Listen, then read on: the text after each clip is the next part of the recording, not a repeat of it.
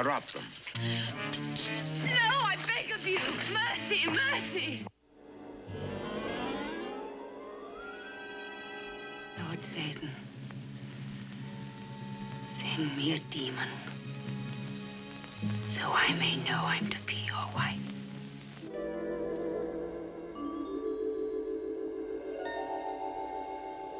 I want to help save your soul so you can join me in the glories of hell. No, never.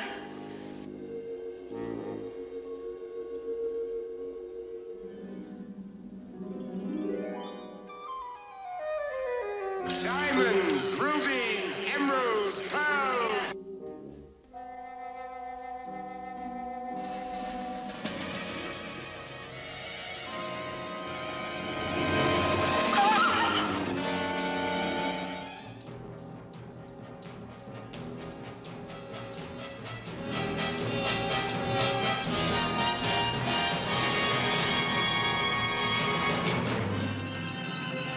Each man creates his own heaven, his own hell. Let me see your face.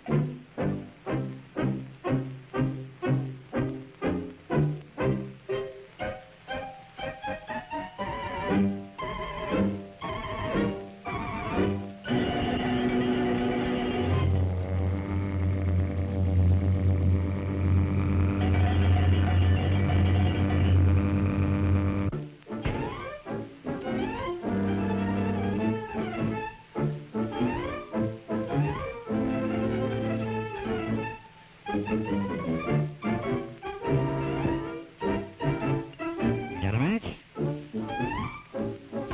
Yeah.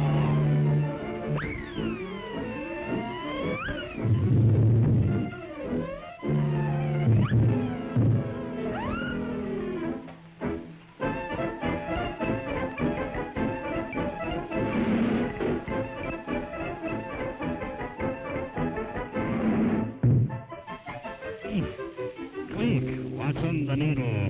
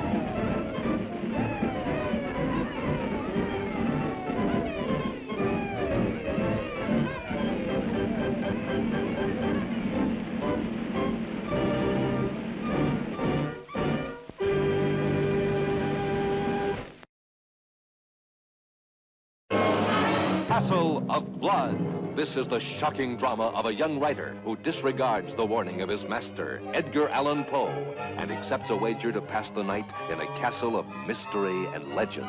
The Castle of Blood.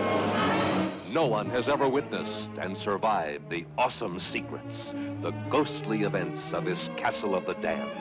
I've dreamed of this night. At last I can go away with the man I love. You can't leave, Elizabeth. You're trapped in this castle. Here, the dead rise from their tombs once a year to repeat their hideous crimes of murder and passion. Kiss me. Oh, yes, my dearest. Keep on embracing me. I want to absorb the warmth of your body. For a moment, I thought that your heart had stopped. I'm dead, Alan. No! No, Herbert, no! No! Every death is repeated tonight. Come.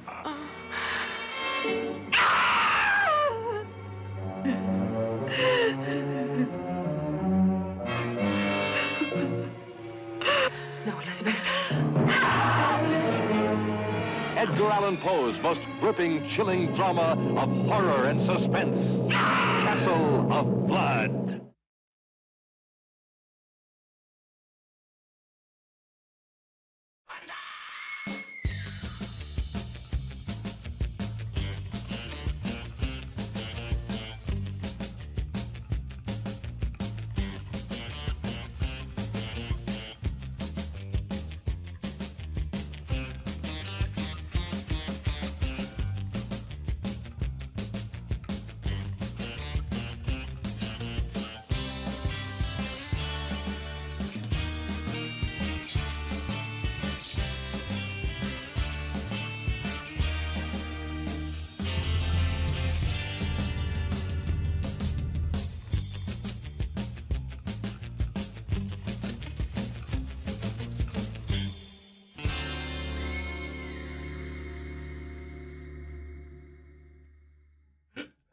Good evening, goblins and ghouls, and welcome to the Friday Night Scream stream.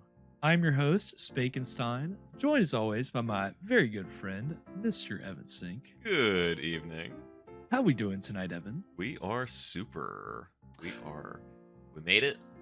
We It's made Friday, it. once You're again. back. I'm back. In the Yeah. house. Like, you were back on Wednesday, you know. In spirit. In spirit, but here you are, in the flesh. In the studio.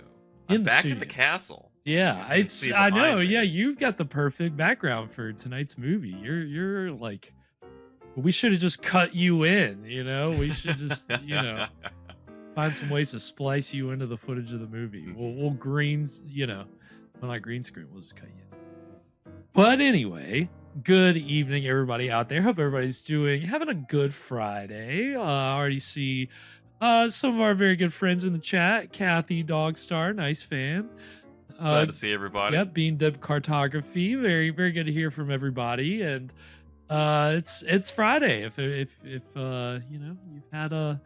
you've had a long week, or you've just been itching for the weekend, you made it. You're here. We're here. And we're ready to enjoy some good old-fashioned public domain horror like we always do. And last week we kind of took a little bit of a detour. We went on a little bit of a trip. Right. We did. We were far out, and into the weird world of LSD. But we came down from that trip, and now we're back to we're grounded in the realm of horror tonight. Thankfully, we are.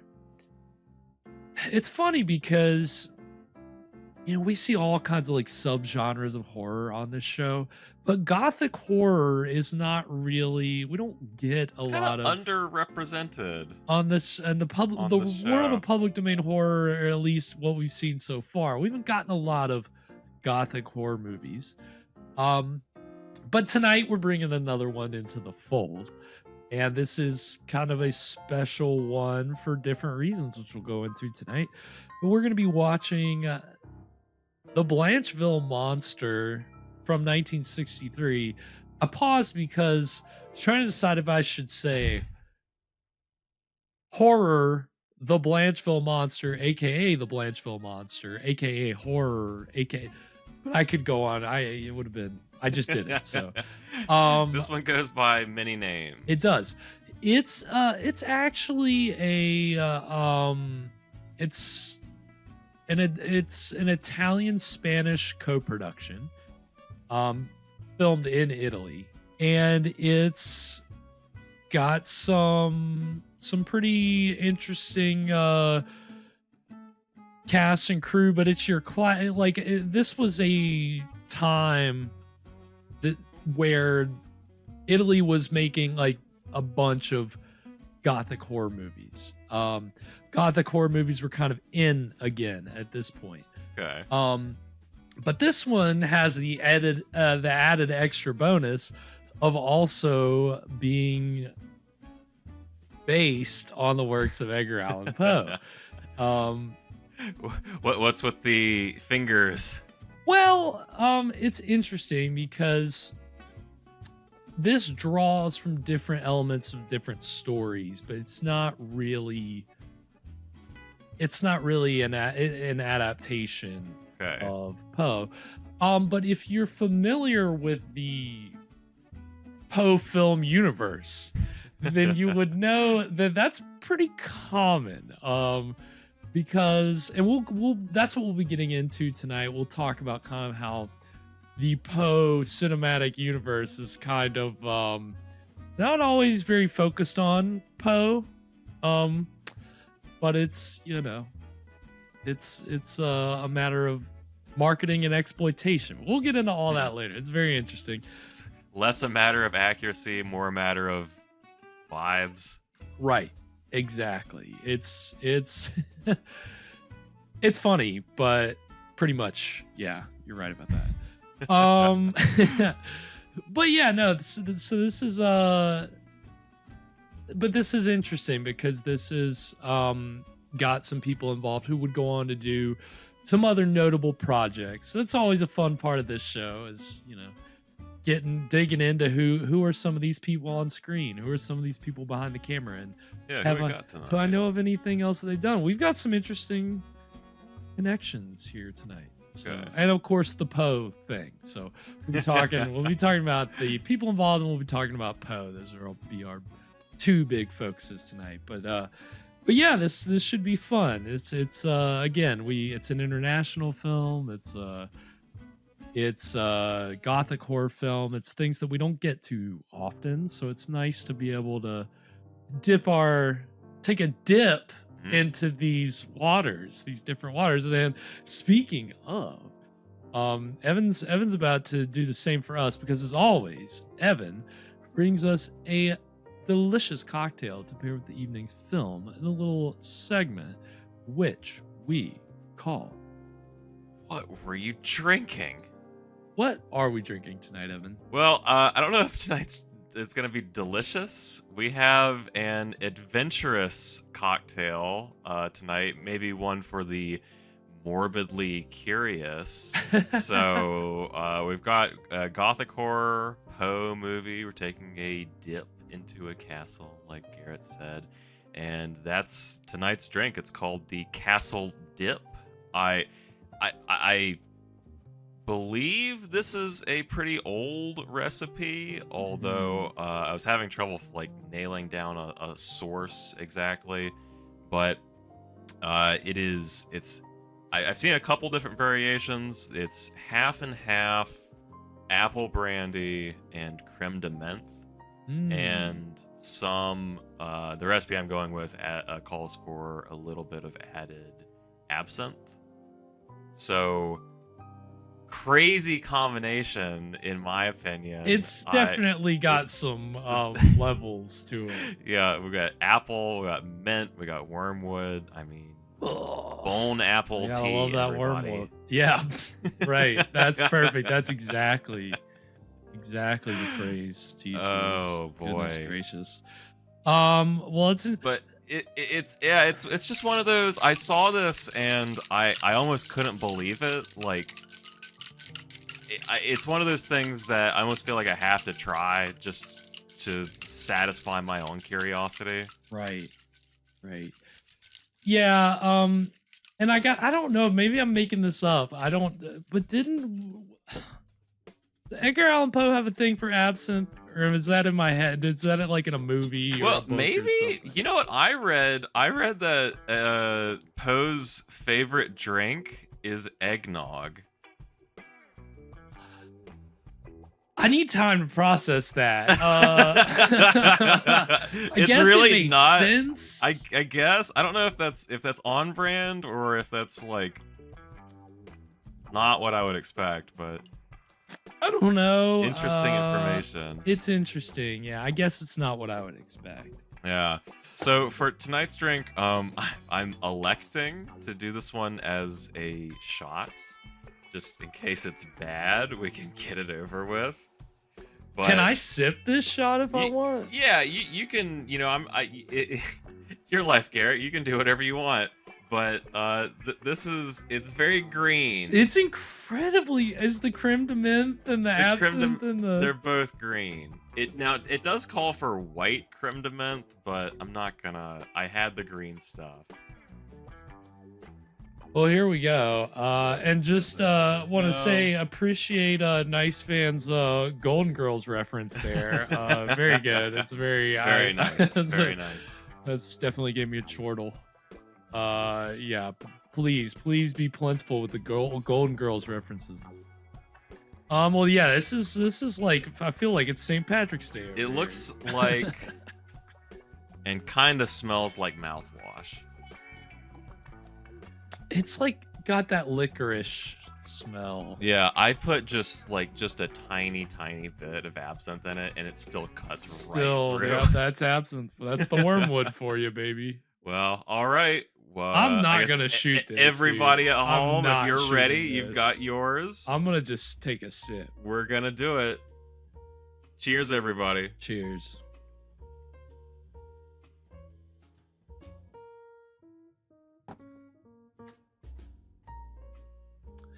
I'm definitely gonna sip that. You know what? It tastes like mouthwash. It does taste like mouthwash, and I kind of don't hate it. No, it's not bad. It's actually a lot better than I was expecting it to be. Yeah, that's why I'm gonna sip it. I'm gonna Yeah. enjoy it. I don't. Okay. You're gonna. Yeah, I'm gonna. You're gonna chill on that one, I guess. Interesting, man. That's a weird flavor. Yeah, I definitely. I'm gonna take the time to just take it little bits at a time. And Yeah. let it kind of absorb. Yeah. How was it just letting it all wash over you right now? I feel very fresh. I bet you do. Are you feeling it like in here? I feel like Yeah. you feel it down in here. I feel like I'm standing on a frozen A mountain. mountaintop. I could definitely see that. My lips are starting to get like cool. Like my lips and my This is it's got a little bit of a. I am starting to feel like I'm standing on. That's the creme de menthe, right? It is, yeah. I think that's what's probably strongest. Like That's got to be it. The absinthe it's definitely there, and the brandy kind of tempers the whole thing, but that grounds it. Yeah, it grounds it a bit. Yeah. But yeah, that mint that's very forward, that's the dominant flavor. But it's good. I'd rather that be forward than the absinthe. But that's why you put it just a touch. Just a touch. But yeah, it's good. I'm glad that again, I'm glad that this is simple but out there, right? Like you're still keeping it simple I didn't even say this, but this is our 9th episode of season 9. Spring's almost over, guys. Yeah, we'll be into the summer season in just a couple weeks. Yeah. Dog Star. That's, Kathy, I'm with you. I don't know who in their right mind thought to mix these things together, but it's interesting. It's definitely interesting. Like, is your throat not like burning from that? Like, not really. It feels a little minty. Yeah, I mean, I'm getting like a real steady. Okay, getting a little burn going. A little bit of a burn, feeling the burn a little bit. Yeah, but it's all right. No, this is good. This is delicious, and hey, I'm ready to enjoy it. With I think this will be perfect when we're hopefully in the slimy depths of this castle tonight. Yes, I'll look at this and be like, oh yes, I feel like I'm just like getting a shot glass and running along the slime in the walls. Ooh. Get myself just a nice minty glass of slime to enjoy. So it's exciting. And again, just like happy to have you here to kind of give us your whole give us some backstory on the cocktail and all that. Last week. Oh yeah. How was last week's drink? It was just kind of almost like a lemonade. And I only drank one, and but it was good, but. And the way I said it, I was like, Evan's bringing us this cocktail from beyond the grave. But he's not dead. Luckily I didn't die. Yeah, I was. I also said I was in the woods, but I you weren't survived. having a horror movie experience out there in the woods, and luckily you didn't. Nice fan. I'd say it's actually more like jet screen. I think it's a little closer. Yeah, I'd say a little closer to Jets. Sure. It's hard. Like on camera, I see the Philadelphia Eagles green, but in person, it's pops a little more than. It also pops in taste as well. So I'm very, very good. I'm glad that I think this is a winner tonight. This will be good. We could propose that this become the official drink of the Philadelphia Eagles. Yeah. Oh, that's true. Hey, I mean, well, I'm sure they're drinking crazier things that they're drinking as they tailgate outside. Tonight's drink is Philly cheesesteak and creme de menthe. Oh, yeah. We'll have to try that next season. That'll have to be one of your experiments. But anything before we get into tonight's movie, Evan? So where is Blancheville? Well, like, I think Nice Fan hit the nail on the head earlier. Okay. No, so actually Blanche. Sorry, that wasn't a joke. I was just genuinely asking. No, it's actually, I believe, the name of the family in the movie.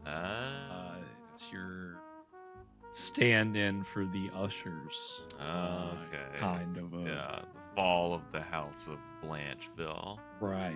Yeah, exactly. And I think this does take elements from House of Usher and also two other Poe stories. Wait, save those titles. Hold on. Give anything away. Okay. Yeah, well, we'll see. We'll see. Dog Star. That's why I'm going slow. Gonna go slow on this. Well, all right. I think without further ado, we're gonna go ahead and get into the exciting beginning of Horror, the Blancheville Monster, right now.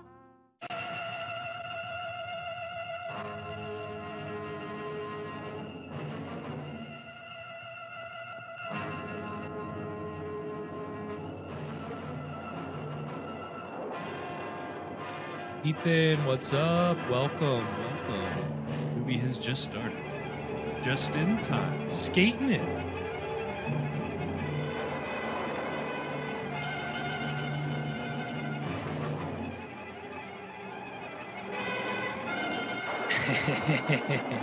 There it is. Nice. I mean, we really don't get many castles on this show. More creepy houses than castles. This rain looks a little clumpy. It's kind of clumpy for rain, huh?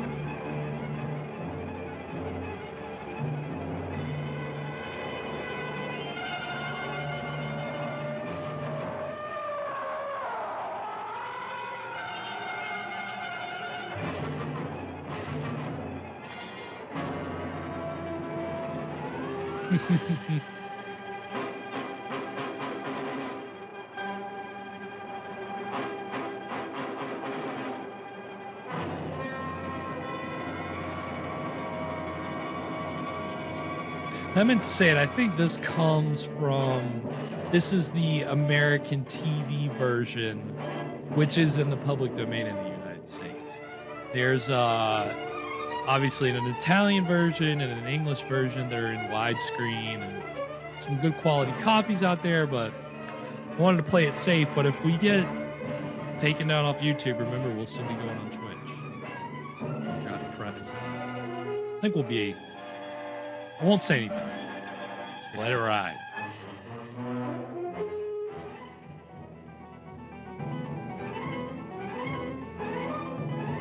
And those are pseudonyms for the screenwriters.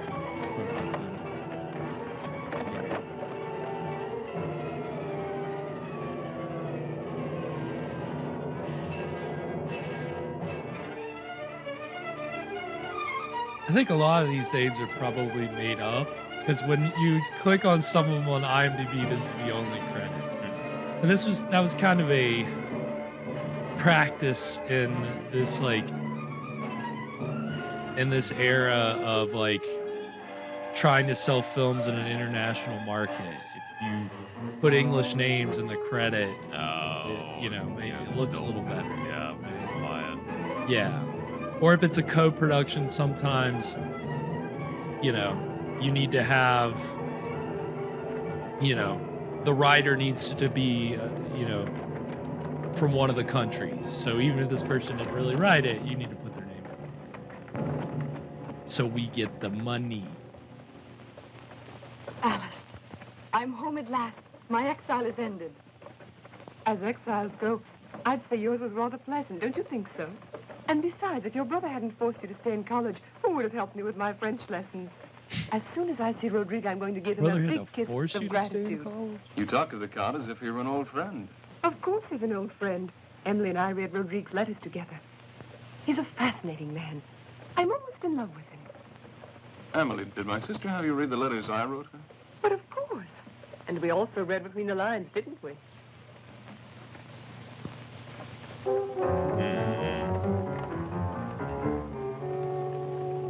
I think living in a castle probably just makes you fascinating by default. Yeah. You could be the most boring person in the world, and everyone would be knocking down your door to come see you. It's true.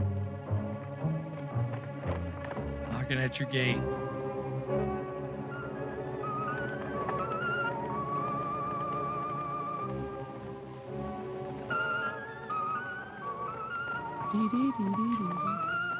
I mean, think about it. These are college kids, or at least the girls are in college. Welcome back, mademoiselle.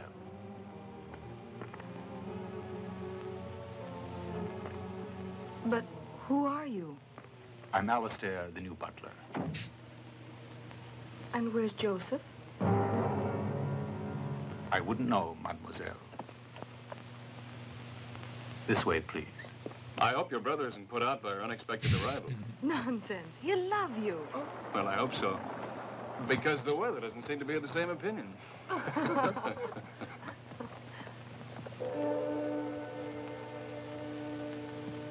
Boat insurance. Rates through the roof. Thank you. Yeah, I need to get a quote on this moat.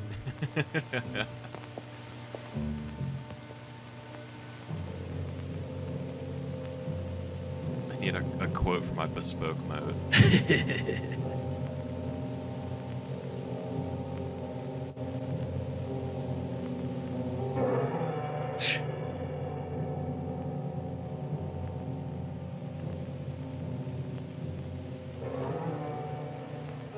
What is it?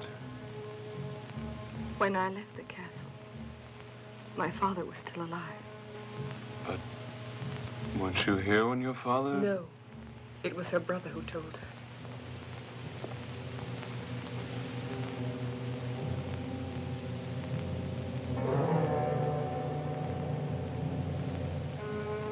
Roderick! My dearest. Oh, Roderick. Oh, I've missed you so much. I missed you too, Emily. When you left, you were only a child, and now... I'm a woman. I'm 21 now. And I don't have to answer to anyone for my actions. But I'll always be... It's a very adult thing to say. There's still a week to your birthday. And until then, your life belongs to me. Oh, excuse me. Yikes. Trapped I in need the to be castle. quicker on that yikes. Yeah. My brother, Roderick. What am I doing? Alice and John Taylor. How do you do, sir? Alice was my closest friend in college. Oh, I know. You were mentioned in every letter. My brother very arrived good, in nice London man. to take me back That's home very to good. New York, and Instead, Emily convinced us both to come to Brittany. she insisted so much that I wanted Alice to help me blow out the candles on my birthday cake. Oh, that reminds me, I must tell Dorothea. Dorothea is no longer with us. She was very old. How long has she been too. gone? But we have other servants, my dear. Alistair. Dinner will be served soon. Perhaps our guests would like to freshen up a bit. My lord? Accompany Miss and Mr. Taylor to their rooms. We'll see you later.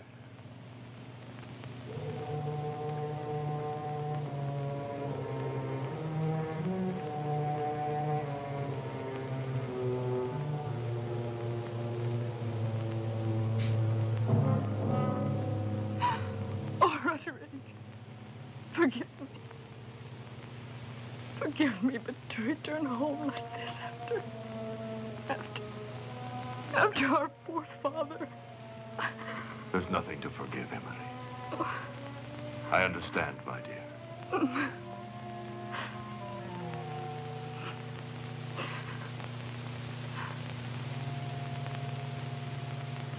Who is she? Whoa. Nice.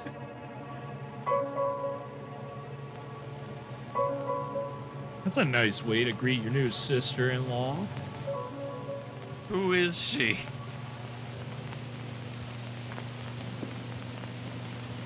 Welcome back, mademoiselle. Thank you. Miss Eleanor. Our new housekeeper. Everyone seems to be new here, Roderick. Miss Eleanor deserves our thanks for the way she manages the house. Thank you, my lord. I also hope to gain Miss Emily's trust and confidence very soon. Go now and make yourself beautiful. And remember, Your trust you are now and the lady of the confidence, castle. give them to me. Accompany my sister to her rooms.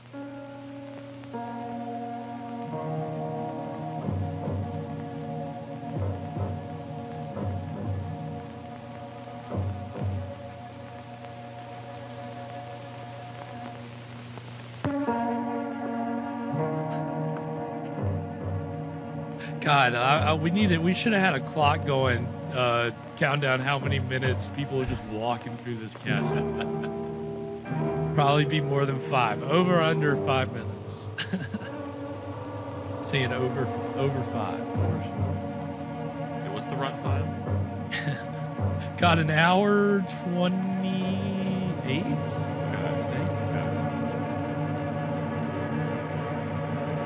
Plenty of time in there for wandering through the Just castle. walking around.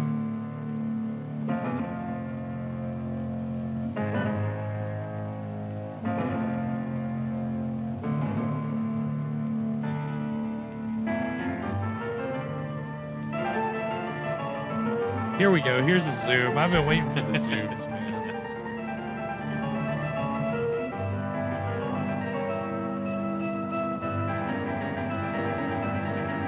Yeah, he's definitely playing.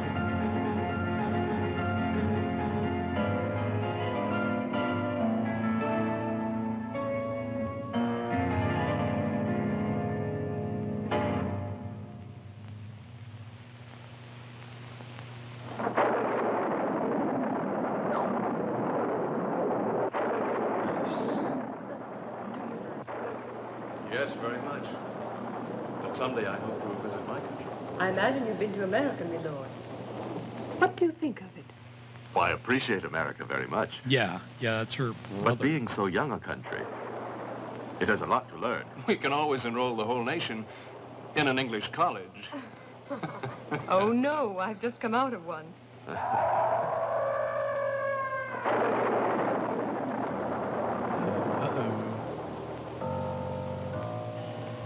The other new servant. They stubbed their toe.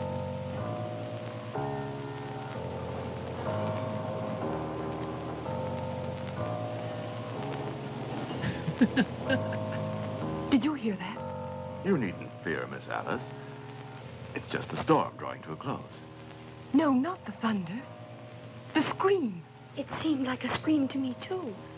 Like a... Emily, perhaps you're mistaken. It was more like the sound of a dog howling. That was probably it. Just a dog. Yeah, that's a good Of course, our point, peasants have Kathy. many What is of she them. doing at the table? By tomorrow, you'll be accustomed to the countryside that surrounds this old castle. I'm being silly. A generous I'm master afraid your eating sister with is the very help. excitable, Mr. Taylor. Good evening, Doctor. Good evening. The Count has been expecting you. Well, this is what happens when you get an Italian-Spanish co-production. This is guaranteed. You must all be tired from your long journey.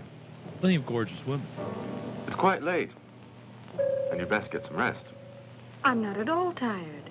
In college, you were already in bed at this hour.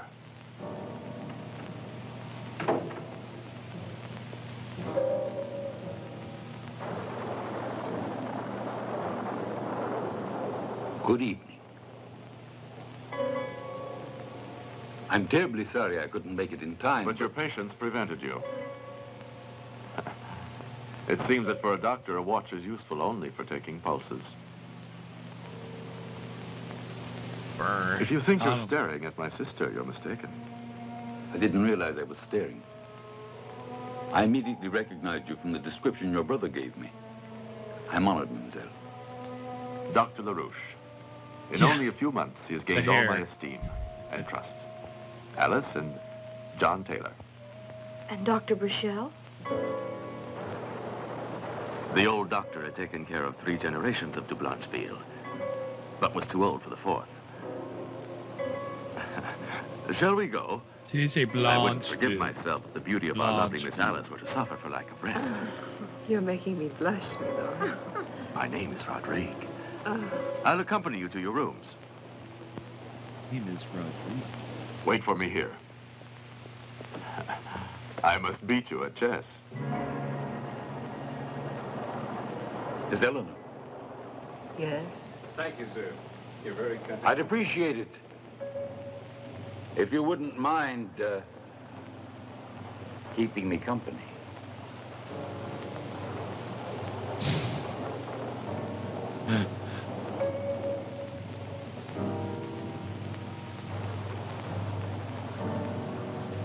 Well, then? Nothing. I'm not sure I like the way you've been behaving. And now his sister's here with those other 2. You entered into this, and you'll have to find a way out. If you can. You! I'm warning you, should he come in now and see you like this, it will all be over for the 2 of us. What are they cooking up?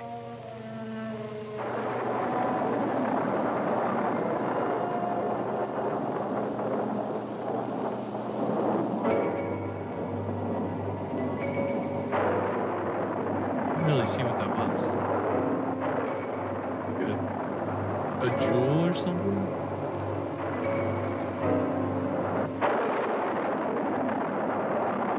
Weird.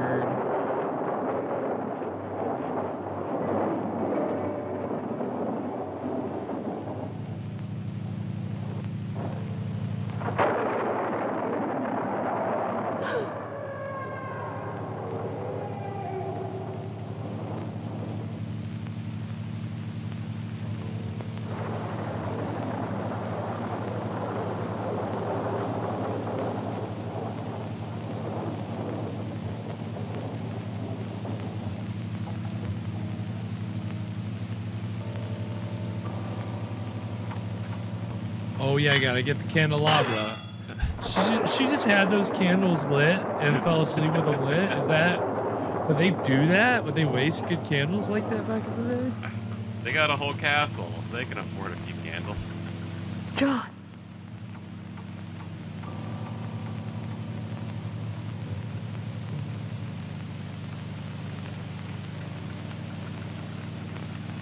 Gotta keep it lit so you can wander through the halls at night. Just in case you have to investigate any weird sounds or strange shadows. John. That's right, Dog Star. They just boom, light up and then boom, they cut off on their own.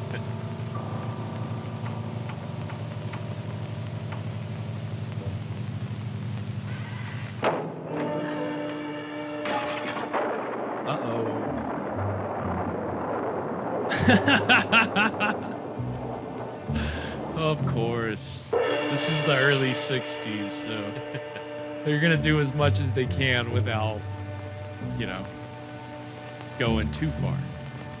Going over the line.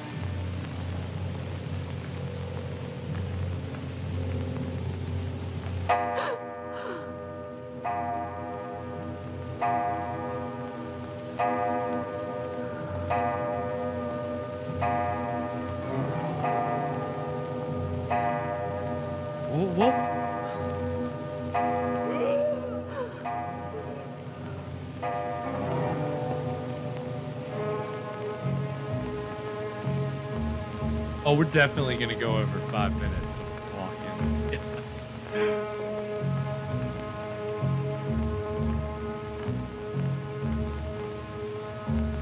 Lady, does your horoscope say you're going to die in a castle?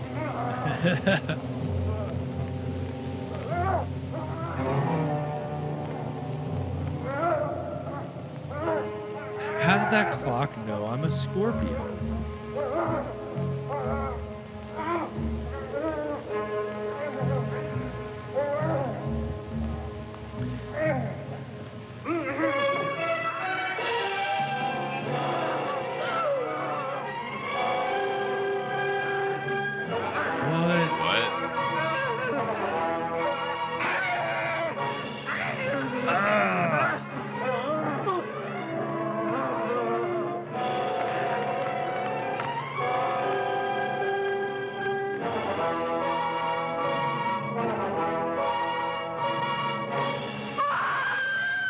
Ooh.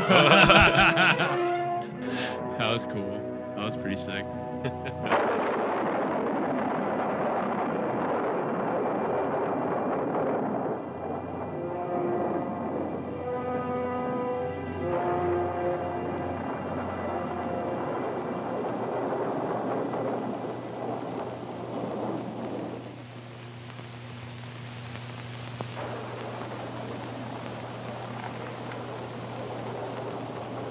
Wait.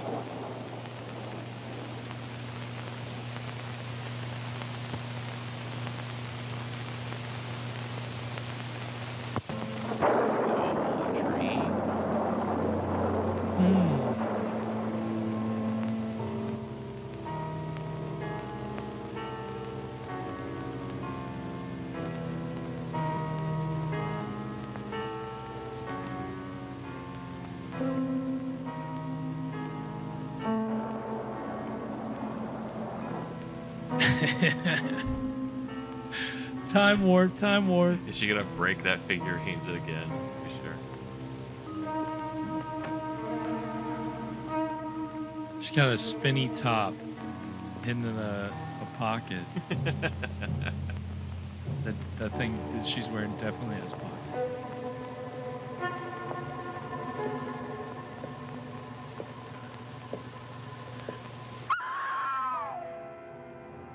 What is it? It's true. Definitely does nice. Do you need something? No. That is, up in the tower, I saw... Oh, my God. Will you tell me what you're talking about? I tell you, there was a man. I saw him. He was a monster. And his hands were all covered with blood. He was shouting. I tell you, There's I saw... no one in the tower. Are you Don't sure bother looking. that it wasn't just your imagination? No. It couldn't have been. I tell you, I really saw him. And he was together with your housekeeper, Miss Eleanor. Eleanor.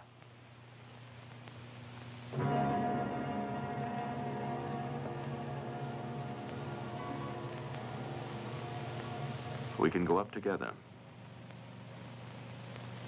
Are you afraid? No. I'll go.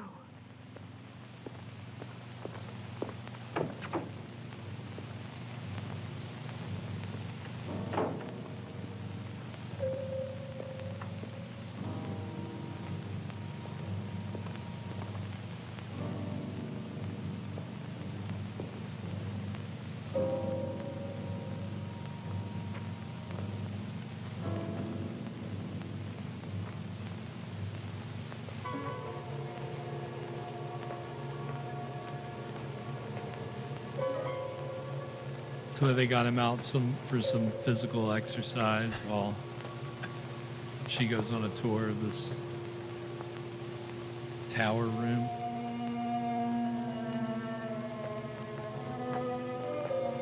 This took him to the other tower.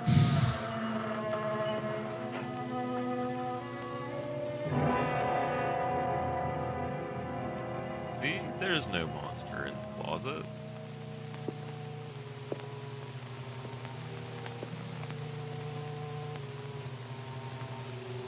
Are you convinced now, Alice?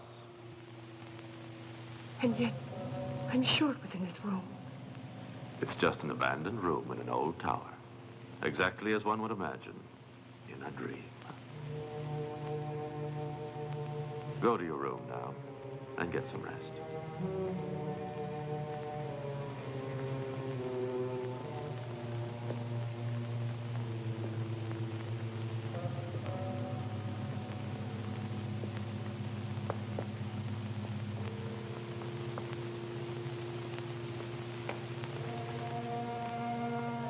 You gotta appreciate the cinematography going on here. The lighting and Please forgive me. the shadows. It all seems so real. They know how to use their corridors. Yes, they do.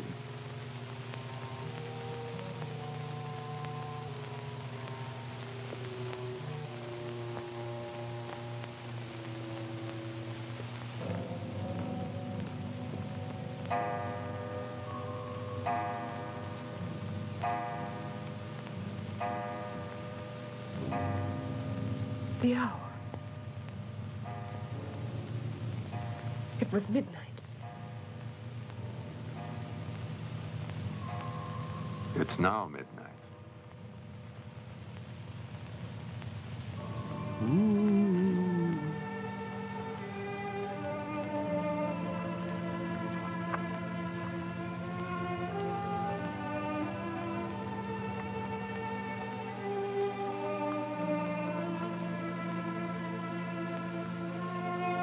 Come on. Hurry. Let's run. Nice. Just run through the forest. Just go ahead, get her dressed nice and dirty.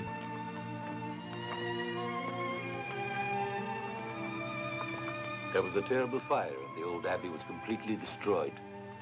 And Emily's father died. Yes. How strange. Was he anything at all like Rodrigue?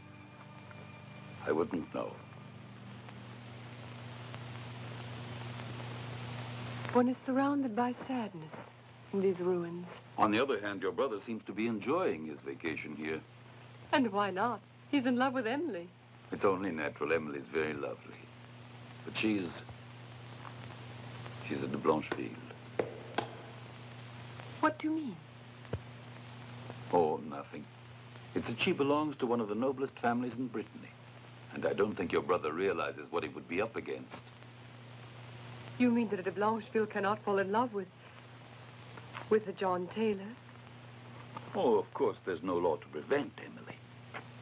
But there are certain prejudices that exist in these families.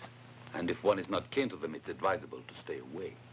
You're implying that my brother and I should leave the castle? No, I didn't mean it that way. Your presence is refreshing. But Count de Blancheville. Even Rodrigue seems to welcome our presence here, and it's not just a matter of good manners. And I was told as much last night. Are you sure? Yes, quite sure.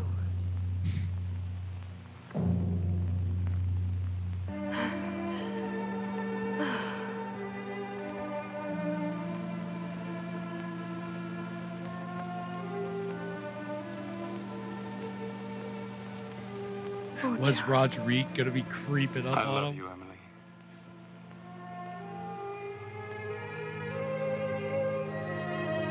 Either that or they'll turn and Eleanor will just be standing. Yeah.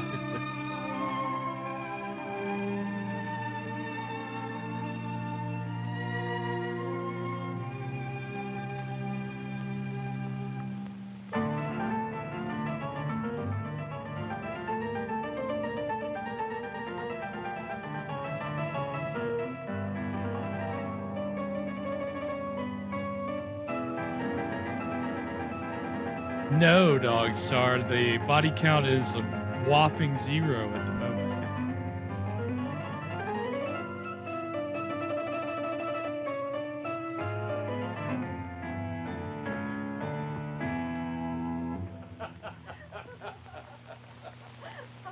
Oh, come now, the castle's not as gloomy as all that.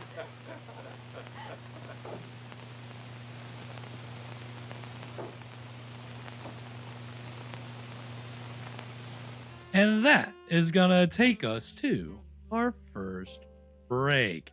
So it was a first third of Horror, the Blancheville Monster. Blancheville. What do we think so far, Evan? This is intriguing so far. I'm liking it. I'm like struck by Eleanor in particular. There's something just like about the way she's so like I don't want to say stiff, but like maybe cold. Well, that's kind of a character type in the Gothic like realm of the like the creepy stoic housekeeper. Yeah, I mean obviously is it Rebecca and Mrs. Danvers, who is the kind of the archetype. I believe that actress won an Oscar for that role or was nominated, but that's like, you know, the very like stoic and dressed in all black and dark. Yeah, there's definitely a type there. Yeah, I thought Eleanor was gonna glide down the stairs when she first appeared. Well, she's obviously up to something with that monster. Yeah, So Eleanor is definitely not above suspicion.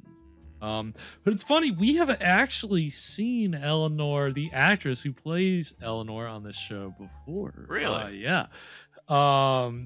She actually was she's a Spanish actress named Helga Linne. I don't know. It's an E with a accent over it. So that's it's line, but the E's got it. So I don't know. Linne. Not good with my pronunciations, but anyway, she was an actress in a lot of Spanish horror films, including Horror Express. Oh, okay. Was a season 2 episode. She played the spy, and you remember the spy? She was like she was hiding from the police, and then she gets killed by the monster. Okay, that was a color film. Yeah, and, that was. I really enjoyed that one. It's been a while now since we've seen it. Yeah, that was season 2, so that was 2022, I guess. Like June, July, something like that. So 2 years ago, a long time ago. But yeah, I mean that's that's kind of the realm of like horror cinema that was like coming out of Spain at the time. Spain had like a pretty like decent horror film output in the late 60s, early 70s. So she was in films like The Vampire's Night Orgy and Horror Rises from the Tomb. And that one's also about orgies. Right. Yeah, exactly. And it's funny, we actually have another connection in the crew to Horror Express with the cinematographer. The cinematographer also shot Horror Express. Okay. Yeah, Alejandro Ulloa. Catch me. It's gonna get me so hard. Like these international films, man. They kill me. But he also did a Spanish werewolf film entitled Night of the Werewolf. That's one of the Paul Naschy werewolf movies, which are kind of have a cult fandom. And Night of the Werewolf is particularly gruesome. I've watched it, most of it. It's a lot. But yeah, I mean that there were a lot of like stylized horror films that came out of Spain, and but at this time in the early 60s, it was really common for countries to like team up and do co-productions. That was just kind of like throughout the 60s, the early to mid 60s, that was definitely like common practice to kind of help get your movie financed. And you just kind of, you get cast, crew from the different countries, and usually by partnering up for a co-production, you get like tax incentives, tax breaks. Okay. So that's why they would do it. Yeah, it seems like it would be a headache to like coordinate a international film production. It definitely does, but yeah, a lot of the European countries at this time had like incentives for co-productions. So you had a lot, and were they also incentivized to not set the movie in either of the countries where it came from? Yeah, I feel like that happened. Spanish Italian movies set in France. Yeah, I feel like that was pretty common, actually. I mean, a lot of these movies were made with the knowledge that, all right, if this is a Spanish-Italian co-production, it's probably, we need to make sure that we have an English dubbed version, we need to have an Italian version, we need to have a French version. So, I mean, I think that they probably, in the dub, you know, kind of play around with certain details and but yeah, you kind of get a hodgepodge of elements a lot of the times when it comes to your narrative. Yeah, so you know, and since we're on just the Spanish talent behind this movie, I feel like we've seen we probably don't even realize it. We've probably seen a fair amount of miniature and model work with the castle so far. And I believe that'd be the work. The special effects work on this film was done by Emilio Ruiz, who would go on to do model work for, just to name a few films, Guillermo del Toro's Pan's Labyrinth. Oh, wow. And also Del Toro's The Devil's Backbone, which is a crazy horror movie if you haven't seen that. He also did model work for David Lynch's Dune. And he was also like a matte painter. Like he did a lot of different he had like a lot of effects credentials in like miniature work and matte painting. So kind of cool that it's a cool career. Yeah, I respect that. Yeah, and for a lot of these actors and crew members, this was like their first horror film, really.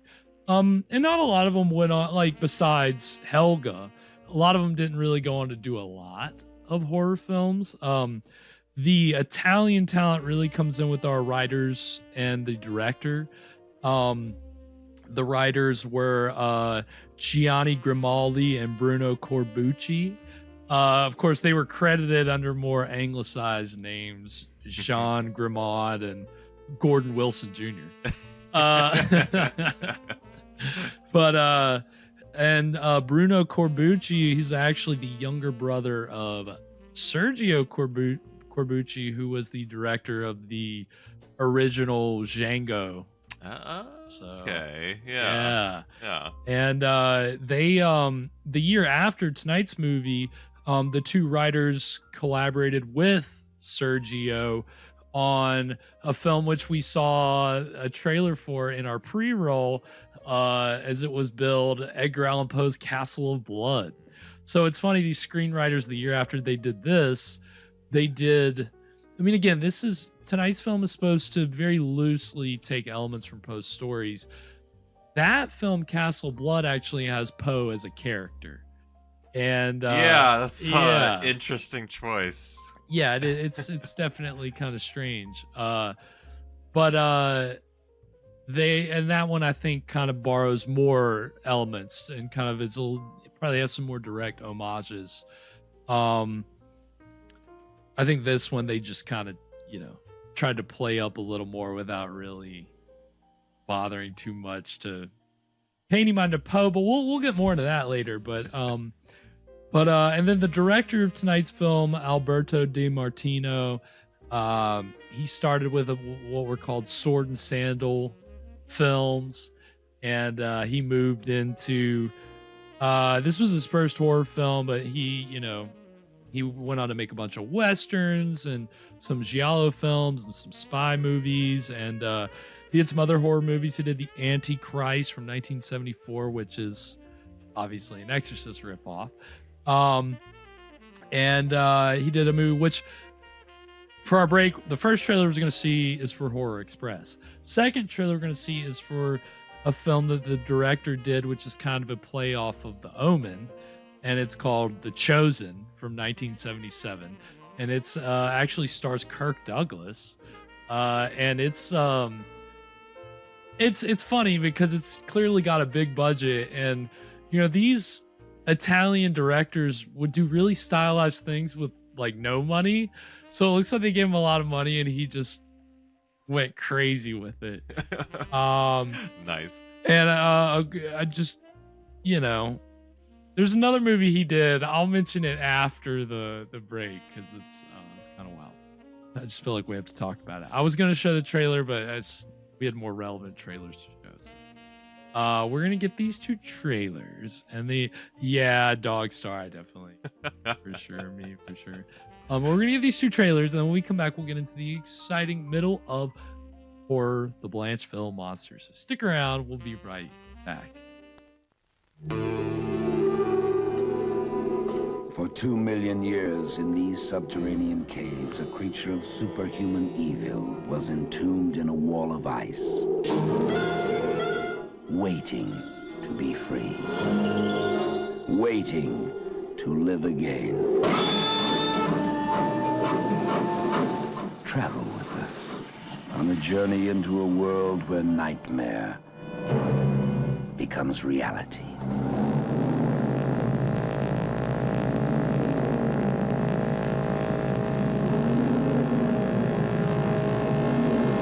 Are you telling me that an ape that lived 2 million years ago got onto that crate, killed the baggage man and put him in there? Yes, I am. It's alive. It must be. Travel with us, if you dare, on the Horror Express.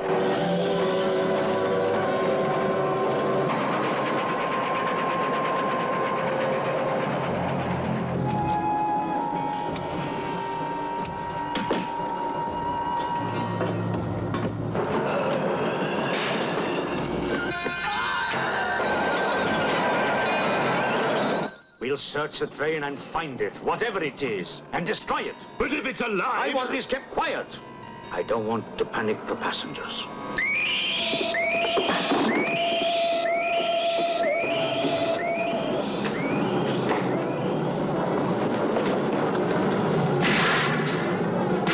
The malignant power of this creature is indestructible, transferring its force from mind to mind, from body to body. Beast is not dead. I put 4 bullets into him. You think evil can be killed with bullets? Satan lives.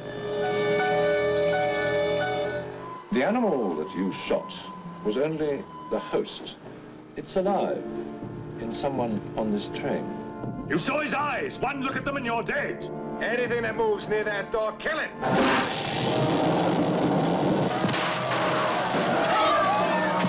Run.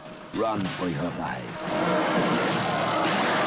Hide, but you can't escape. No one can stop the fury and the terror of the Horror Express.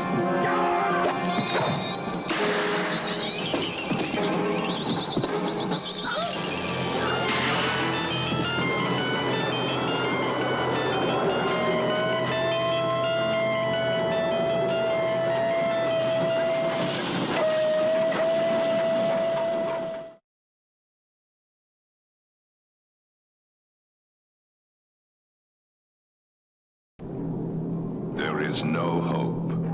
There is no future. The door to the kingdom of hell has been opened. The chosen is coming. We must solve the energy crisis. And we will solve it by building this thermonuclear plant here in this area over which we're flying now. The dragon of the apocalypse is your atomic plant. Those who try to stop it have been destroyed. Hello! The chosen will rise from our most horrifying dreams. The chosen cannot be stopped. Prayer will not help, for the chosen is coming to destroy the earth. From your seed comes evil. Father! The chosen will come among us. The world will lose its mind. From your seed comes evil. Nothing is safe. Nothing is sure. I'm the heir of a man who must leave his post because of a severe nervous breakdown. Just relax. Is she the chosen? Is he? Is it the madman? The mother? The son? The baby? The friend? Or is it him?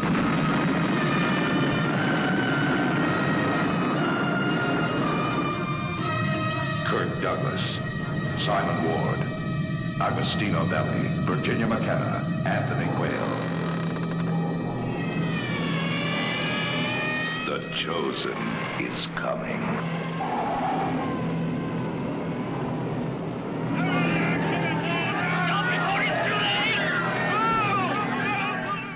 Of course it's from AIP. That was the trailers for Horror Express and The Chosen, aka I believe the Italian title was Holocaust 2000. Jeez. So you can see why for the United States release, American International Pictures, I didn't realize how low I was there. Just gonna futz around with the camera. But AIP, I guess, decided that go with the tamer title there, and I think they were right. But some pretty interesting stuff. DiMartino's other like interesting wild film he did in 1980 to get it on the superhero film craze. He did a little film entitled The Puma Man. And as you can imagine, it's pretty ridiculous. And there's cat-like reflexes. yeah, he's like, I wanted to show the trailer, but it wasn't really relevant. But he is like, he's doing this a lot and like crawling up things and busting through walls and the villain is played by Donald Pleasance, and he's like, he calls him Puma Man. Puma Man? Puma Man. Oh, jeez. And I'm just, it was absurd. It was really great. I think they watched it on Mystery Science Theater. So I'll have to check that out. But yeah, I mean, as you can tell, obviously a lot of style and, in the later career of Alberto De Martino. But here, so far, we're getting a very, it's kind of standard for a Gothic horror movie. It's still there's still like a decent amount of style here. Don't get me wrong, but I would still say that well, we got a couple crazy shots, but nothing. Yeah. You raised a good point while we were gone over the break that you were getting a lot of these long pauses and no dialogue, and you said that because it's an international movie, maybe. Yeah. I mean, it's funny because I was kind of joking at first about they're gonna be walking around for a while, but when I really started to think about it, I'm like, they probably will, because anything you can do to get the running time up and not have to put in more dubbing, I take that opportunity. We don't watch too many films on this show that are dubbed. The first one that comes to my mind, besides Horror Express, was Werewolf in a Girl's Dormitory. Yeah. But this is a little more. It's a little more crude here, I think. This is the same year as Werewolf in a Girl's Dormitory. Oh, yeah. Huh. Both Italian horror films. So, and that one had a Gothic touch to it as well. Yeah. It had a science angle too, if I remember. And Dogstar, what is that? You're killing me. Because I know the answer to it, but I saw it coming to me. So you're gonna have to give me the answer.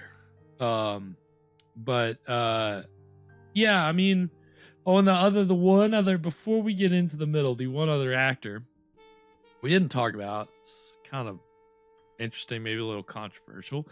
The actor playing Roderick is an actor named Gerard Tichy. He's a German-Spanish actor. And so born in Germany, conscripted as a soldier for Nazi Germany, escaped from a couple POW camps and immigrated to Spain, became a character actor, had some parts in some big like international movies. I mean, there's a big biblical like American co-production entitled King of Kings about like, I think it's the life of Jesus is like part of it. He plays Joseph. It's such a weird thing. Like, any kind of like actor that maybe kind of was, you know, aligned with the wrong side, let's just put it that way. It's kind of interesting how they can go on and have like a career, and you know, it's I mean, you know, World War II. I mean, it's crazy stuff. So yeah, I mean, he's effective so far. He's creepy. But yeah, I'm liking the setting we've got going so far. A castle is such a great. I mean, you know, it's, you could say it's generic, or that it's I mean, it's archetypal for a reason. Right. Yeah, I mean again, if you enjoy Gothic horror, this is what you're like. That was the thing I was watching them walk around the castle. I was like, okay, well, yeah, some people could look at this and be like, well, this is boring. But then I'm looking at this being like, well, this is a Gothic horror movie. Like, part of the fun is just watching people walk around these castles, snooping around. Like, what are they gonna find? We've got a monster man on the loose. Yeah, just taking in the vibes.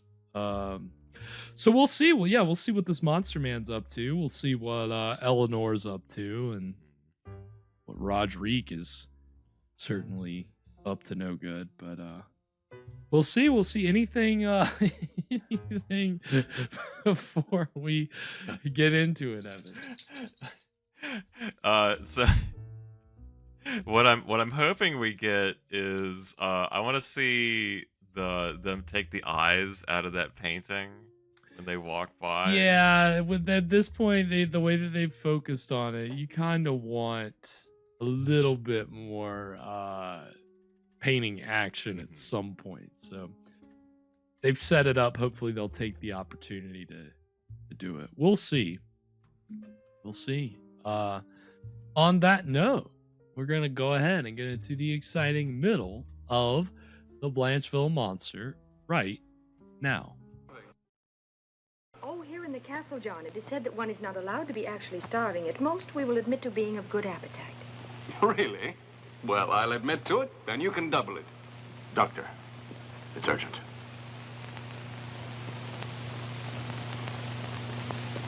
Excuse me.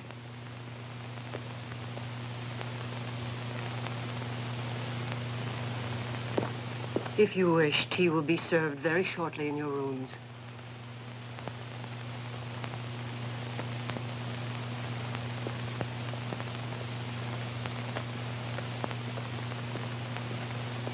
What flavors of tea?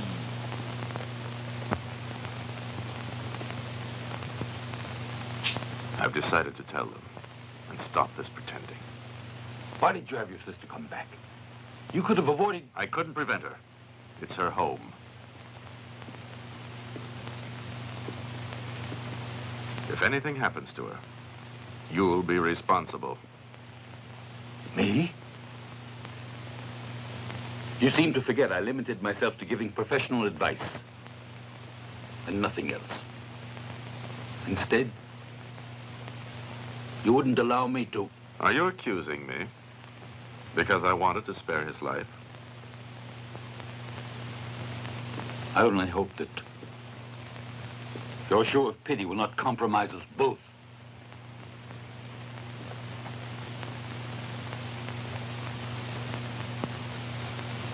We must go now. Your guests are waiting for us. Alice, I need your help. Help? I think you know your brother John and I. We... Continue. You see, well, John and I... You're a pair of doves. That's obvious. I didn't think you were trying to hide it. You mean even Rodriguez is aware of it, then? He has eyes.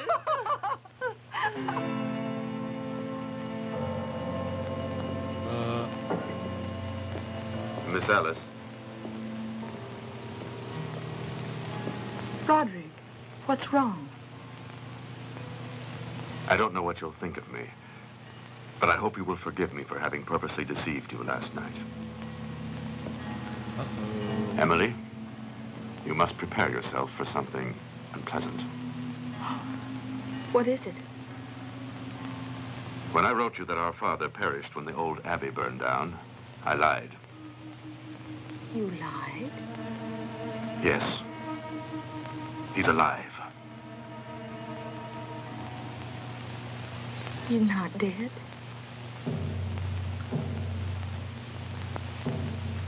Oh, Rodrigue. But why did you let me believe he was dead? Because he's so horribly disfigured. Good one, Don Star. You must realize, I had to do it. To uphold the good name of de Blancheville. I had to. So is it really the de Blancheville monster? Yes. They left out the de. Try to understand me. Perhaps I shouldn't have done it. The other. Until last night, I was still hoping to be able to hide the truth. But now... You knew it? No, nothing. I was sleeping when all of a sudden I heard a scream. I looked everywhere for John's room, and without realizing it, I found myself in that cell. That woman was there. She wanted to give him an injection. I saw her. She was there torturing him. Nonsense. He wanted to escape. It's true. In fact, he's escaped. And if you hadn't interfered, it wouldn't have happened. I was injecting a sedative prescribed by the doctor. He's right. He fled into the forests. Etienne and his men are already searching for him. Let's hope they find him. He's very dangerous. But he's so old.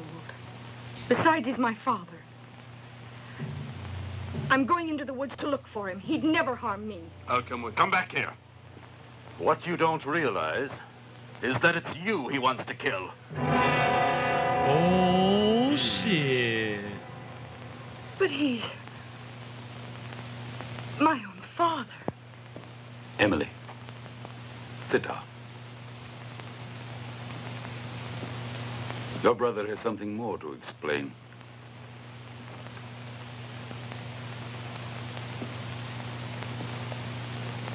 Speak up before it's too late.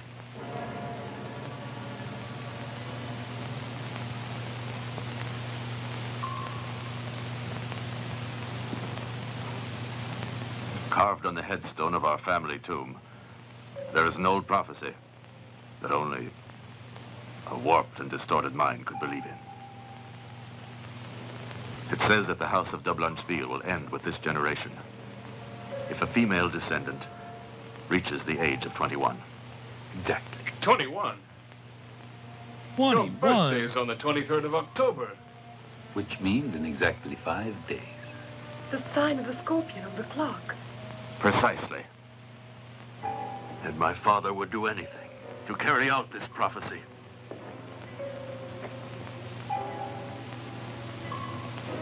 And that's why he wants to kill you, Emily.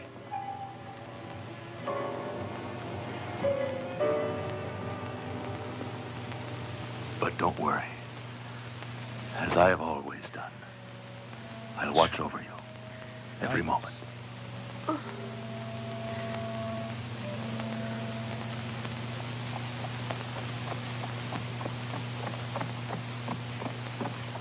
Did you find him? No. And I searched the forest for miles around. You, Etienne, tell me, were there any traces? No, my lord. We looked everywhere, but with so few men, it would take weeks to cover the whole territory. I see. But we'll organize a bigger search party. Don't worry, my lord. We'll find him. Let's go. Very American sounding. Come on. Come on, my lord.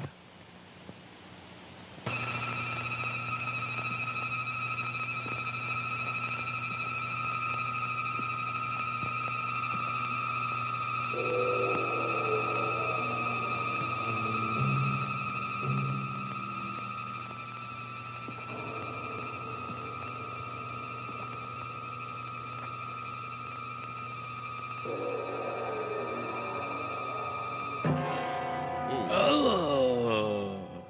Emily, listen to me. I'm entering your sleep. You must obey me. Abandon your will, Emily. Your destiny is now in my hands. You will follow me, Emily, to your tomb, to your death, to die, to die, to die, to die, to die. So does being burned alive give you psychic powers? I guess so, yeah. I guess all the burns just kind of open up new... They open up your third eye. Yeah, exactly.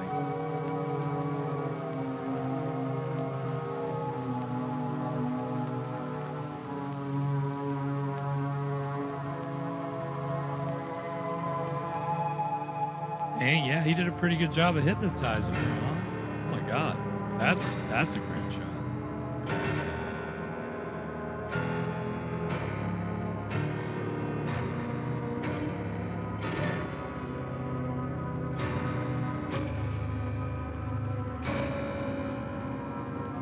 So creepy.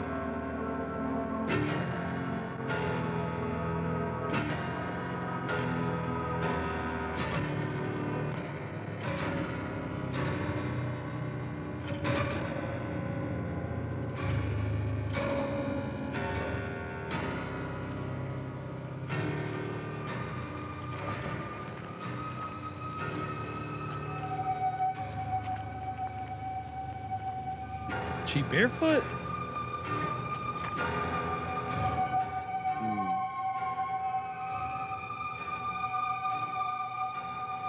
Yeah, the atmosphere here and yeah, it's great. Ooh, I love that. Yeah.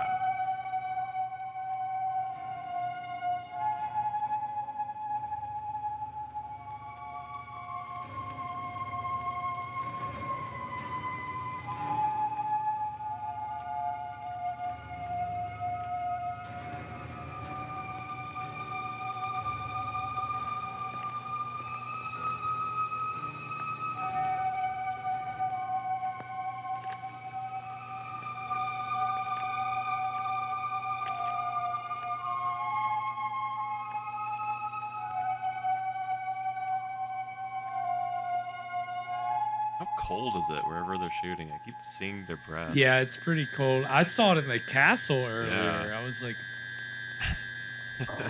Somebody fire up the fireplace. Your tomb. Enter. Do not resist, Emily. Abandon yourself to eternal rest. All torment will end with the sweetness of death.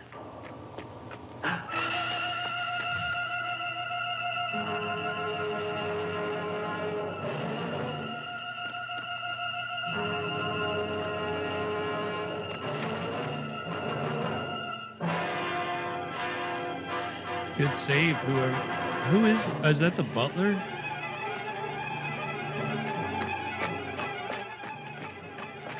Is that the doctor? Why is he dressed like that? What are you doing here? That's what I'd like to ask you. He's dressed just like the crazy guy. In fact, before the others find out, let's take her back to her room.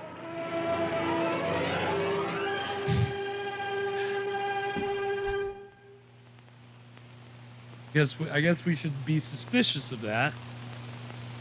Or is it just a red herring? These the are just ladies my come down pajamas. here. They're in the dining room. Any news? Everything under control, Doctor. This is just my maniac hunting float. You're not drinking your tea?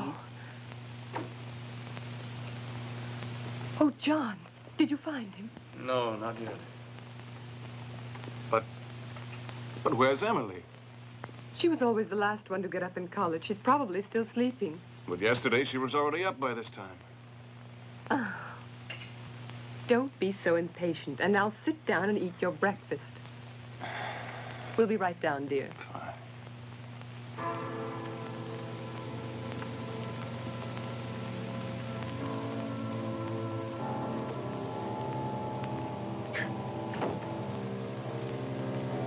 Oh yeah, I forgot they have a thing going on, right? Are they speaking in code right now?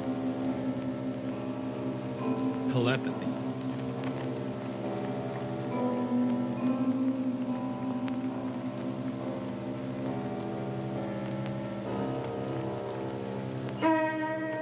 Emily, aren't you coming down? John has been asking for you. Emily.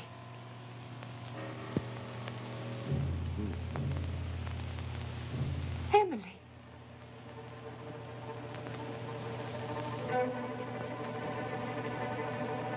What is it, Emily?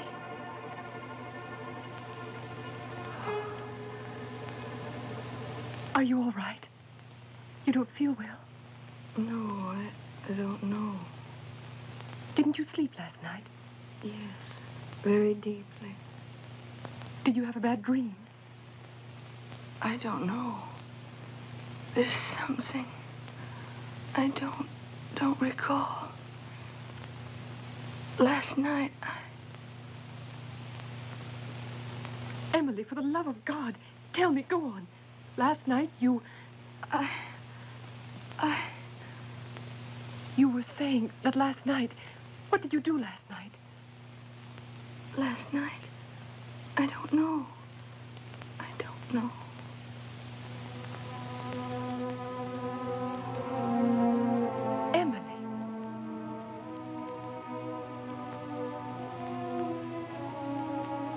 Your nightgown.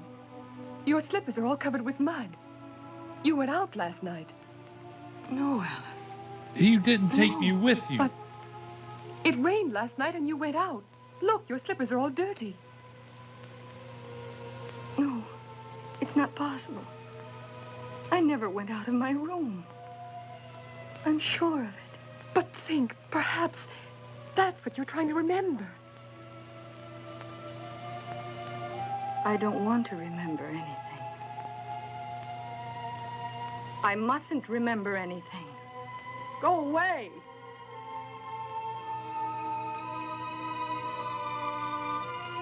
Oh, forgive me. Forgive me. But I feel so strange. I'll be all right in a moment. I'll join you in a few minutes.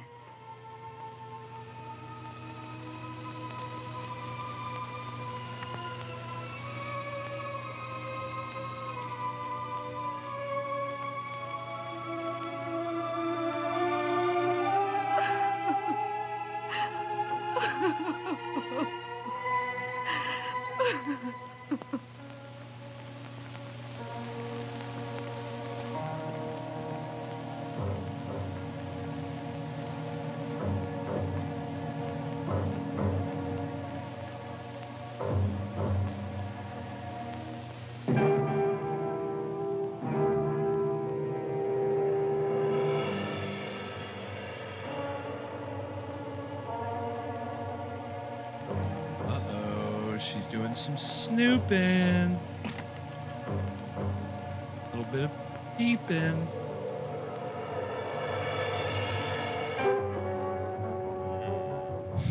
Mesmer. Curse you, Mesmer.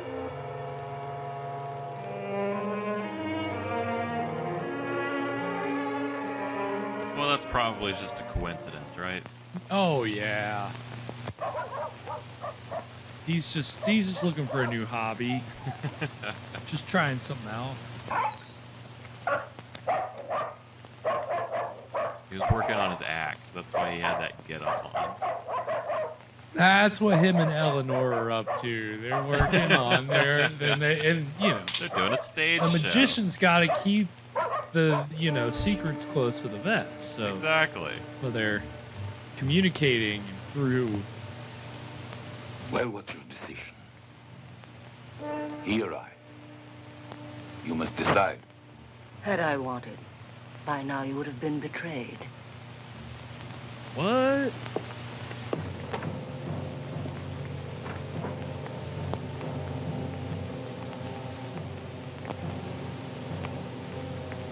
How is she? It's nothing serious. She's resting now. Well, I hope you're right. I think I realize know what Emily if she's means to me. resting her. I can imagine. And for this reason, I assure you that it's not the case to worry.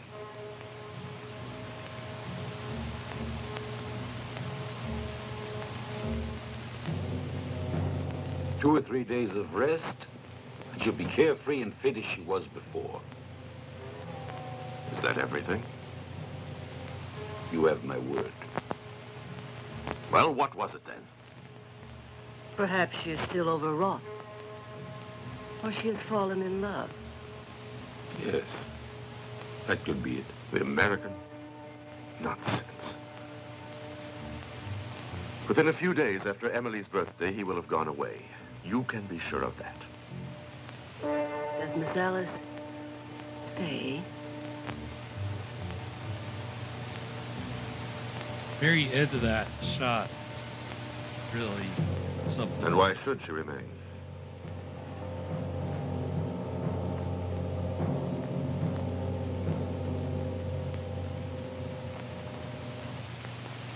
Actually, many doctors are interested in the study of hypnotism. Of course, but if you consider Emily's condition, it's a strange coincidence. You might have told me sooner. I only found out about it this morning. And then, how could I have told you if you were out all day leaving me alone with Rodrigue? You like Rodrigue, don't you? Yes, very much. If you want my opinion, I don't like him. Nor this miserable castle. As far as I'm concerned, they can have it. Good night, my lord. They've gone to bed. Take your castle and you It's can time keep you it. go and get some rest. It's midnight. You'll see, Emily will soon be better if we both watch over her. In this gloomy atmosphere, Emily's buoyant, young, and jovial. But in this manner, how can you help feeling anything but moody? The servants in this place, the walls, everything here seems morose and deathlike. John, please. Evan, could you mix I'm me up sorry. another- Sure. Forgive me. I'm It's very good. Another It's, dip. it's nice to chill I've got to on. convince her to come away with me. Still amazed that you just went. Good night, Alice. John, you'll see. Everything will be all right.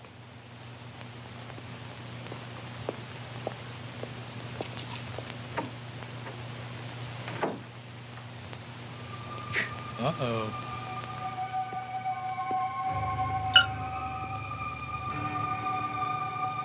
Emily.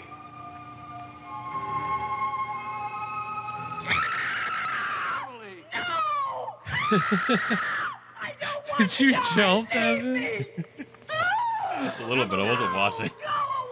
It's horrible. No. It did kind of come up I don't out of want nowhere. What happened? What are you doing here? I was about to go to my room when she appeared as if in a trance. But as soon as I tried to shake her out of it, she screamed as if awakening from a nightmare.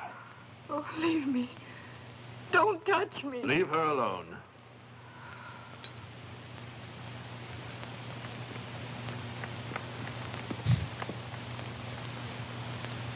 Have someone call the doctor.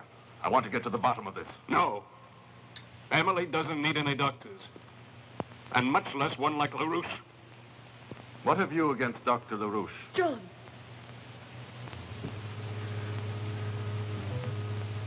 Nothing definite. But I'll soon know enough to make a formal accusation. If you have any accusations to make, Guy please kind do so immediately. looks like Shatner. Dr. LaRouche is a gentleman, and I have never had any reason to doubt my faith in him. Milord, I am a doctor, and I don't see any reason why my interest in magnetism or hypnotism should need any justification. I'm sure that you will admit that Mesmer's book may have aroused a certain curiosity, fantasy, in Miss Alice. My lord, believe me. The art of hypnotism is now recognized by many doctors and may one day be a part of medical study, despite the barriers of an ignorant society. I truly hope you haven't been using my sister Emily as a guinea pig for Society's your just experiment. ignorant to hypnotism. Because if you have been, you'll have... You're wrong.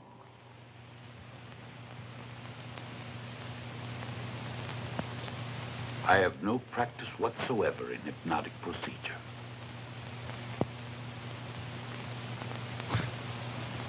Yeah, see, it's just But a there is hobby. no doubt It's not the a girl's practice. state of prostration is a condition that resembles most accurately what is referred to as a hypnotic coma. A hypnotic coma? And what does that mean? Hypnotic It's difficult to talk when you're under accusation. However, I can tell you, what is now afflicting Emily is no passing illness. I assure you it's something much more undefinable, affecting not only her body, but threatening inexorably to kill her spirit. This is all very vague. Exactly. What you have yet to explain to us, Doctor, is Emily's helplessness and her transformation. In only a few hours, she's become a useless creature. Deprived of any will to live. That's exactly it. Deprived of her own faculty. Yeah, Emily that seems to should the be victim of a Evan's, slow and ever-progressive case of poisoning. Evan's Poison? Twitter handle. Yes. The covert part. It's not her body that is threatened. It's her spirit. I appreciate you doing that. Then what would you say was the best cure for her? I wasn't sure if you'd want another one. I wouldn't leave her alone. I don't know if I should offer. But yeah, I mean, it's good to just, And that's the reason. you know. I insisted she Kinda stay take it outdoors easy as much with as it. possible. I know of no other cure that can help her. You're of the same He did opinion, it Mr. again. Taylor? Yes, of course. But She's coming down now. I think that I've been acquitted. It's funny, like the creme de menthe sits on top, I I could have think. easily satisfied your curiosity. Or it rises, personally, I guess. If you'd asked me information about my book. But it's all been cleared up, Alice. There's only one really effective cure for Emily. And that is to free her from the nightmare of her insane father. Quiet, she's coming.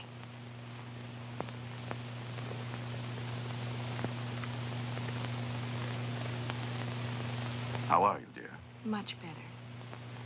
Would you like to walk outside in the garden for a while? Yes. Trying to do his best Charles Bronson impression there or something. Don't go too far. Aren't you coming? No, I'm afraid I've neglected my business these days, and I must take advantage of this moment. With your permission, I'll accompany you. If it pleases you. Very much.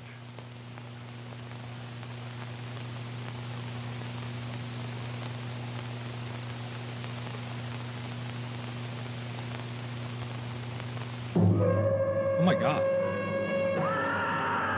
What? Why was that so... Over there! Emily! Emily! There! So In abrupt. the tower! I swear I saw someone move.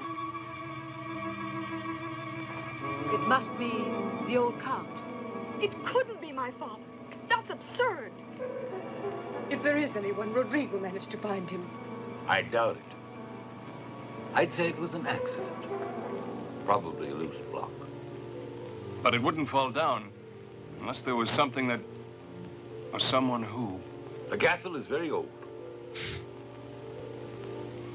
This whole place is Still, falling apart. It's in a It seemed state to me of there was a shadow moving disrepair. about. Where's Alistair? John? I sent him to make a purchase. Do you need anything? No, thank you. Nothing. There's no one. I went all the way to the top, but I couldn't find a trace. I thought so. Just sprinted up there. You're out of danger now. Isn't that so, my lord? There's no danger. Would you like to continue your walk or go back indoors? No. I feel safe being near John. As you wish.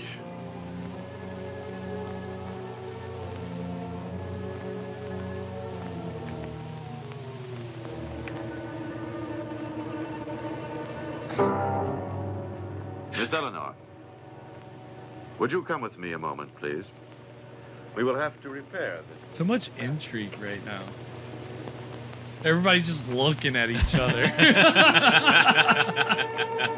As soon as you're well again, you'll come with us to America. It would be wonderful. I can promise you that. Roderick would never consent to my leaving. Tomorrow is your birthday. And there won't be any need for his consent.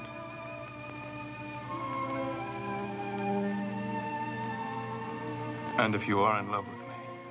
Oh, John. Do you doubt it? How could you look me in the face and say that? I'm sure that if we could have met under different circumstances, you would now have another opinion of me. But why do you think so? Because you're a woman who's very easily influenced by outward appearances.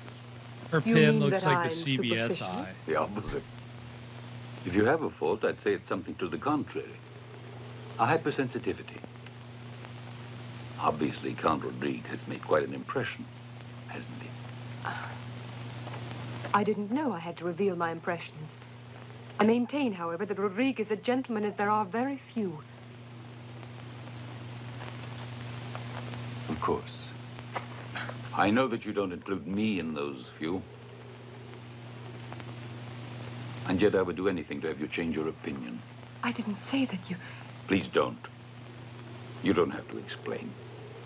It's quite clear. You're in love with him and I with you.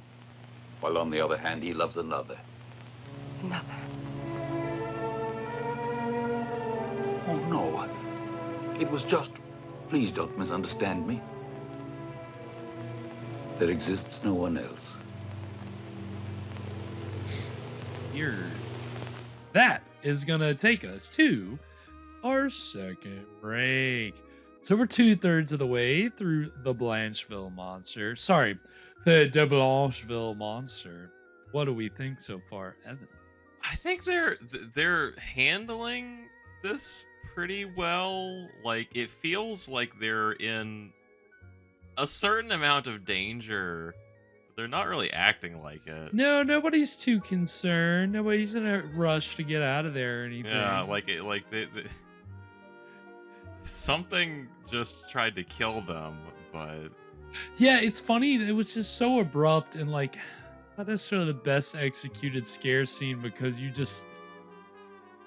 they go from a conversation to that and you just see this block just hurtling down and you're like, what? And when you cut to them, then they're screaming and backing up. It's just like a little bit of whiplash. Like, wait, we just cut into that? Like a little abrupt. A little bit. You usually like to build up to that a little bit. You know, show them walking, show somebody up doing something to the block. Yeah, you showed the Phantom of the Opera, his shadow moves across the battlement or whatever. Right. You know, yeah, it's where he drops the sandbag. Yeah, that's kind of what this feels like this Phantom of the Opera type character running around in the background. Yeah, trying to muck up things for our young birthday girl. Her birthday is basically happy death day. Seriously, she's turning 21. She's gonna be snuffed out by her own father because I don't quite understand. It's something with the family and a curse. Yeah, I'm not entirely sure. Yeah, he wants to kill her because it's going to. Because this is definitely based on an Edgar Allan Poe story, and that sounds like a very convoluted story that he wouldn't know. Poe's stories are not usually that bogged down detail, at least not in the, I don't know. Poe is an interesting writer. If you've ever read any of his stories, they are pretty, like, I mean, obviously he varied. He wrote in different kind of styles and genres, but at the same time, there's some through lines throughout Poe's work that it's, you know, when you're reading Poe, you know, he's a very distinct kind of writer with very consistent themes that he likes to tackle, if you want to put it that way. But again, the movie adaptations of Poe's works don't really feel much of a need to show any faithfulness to the stories or the themes as Poe saw them.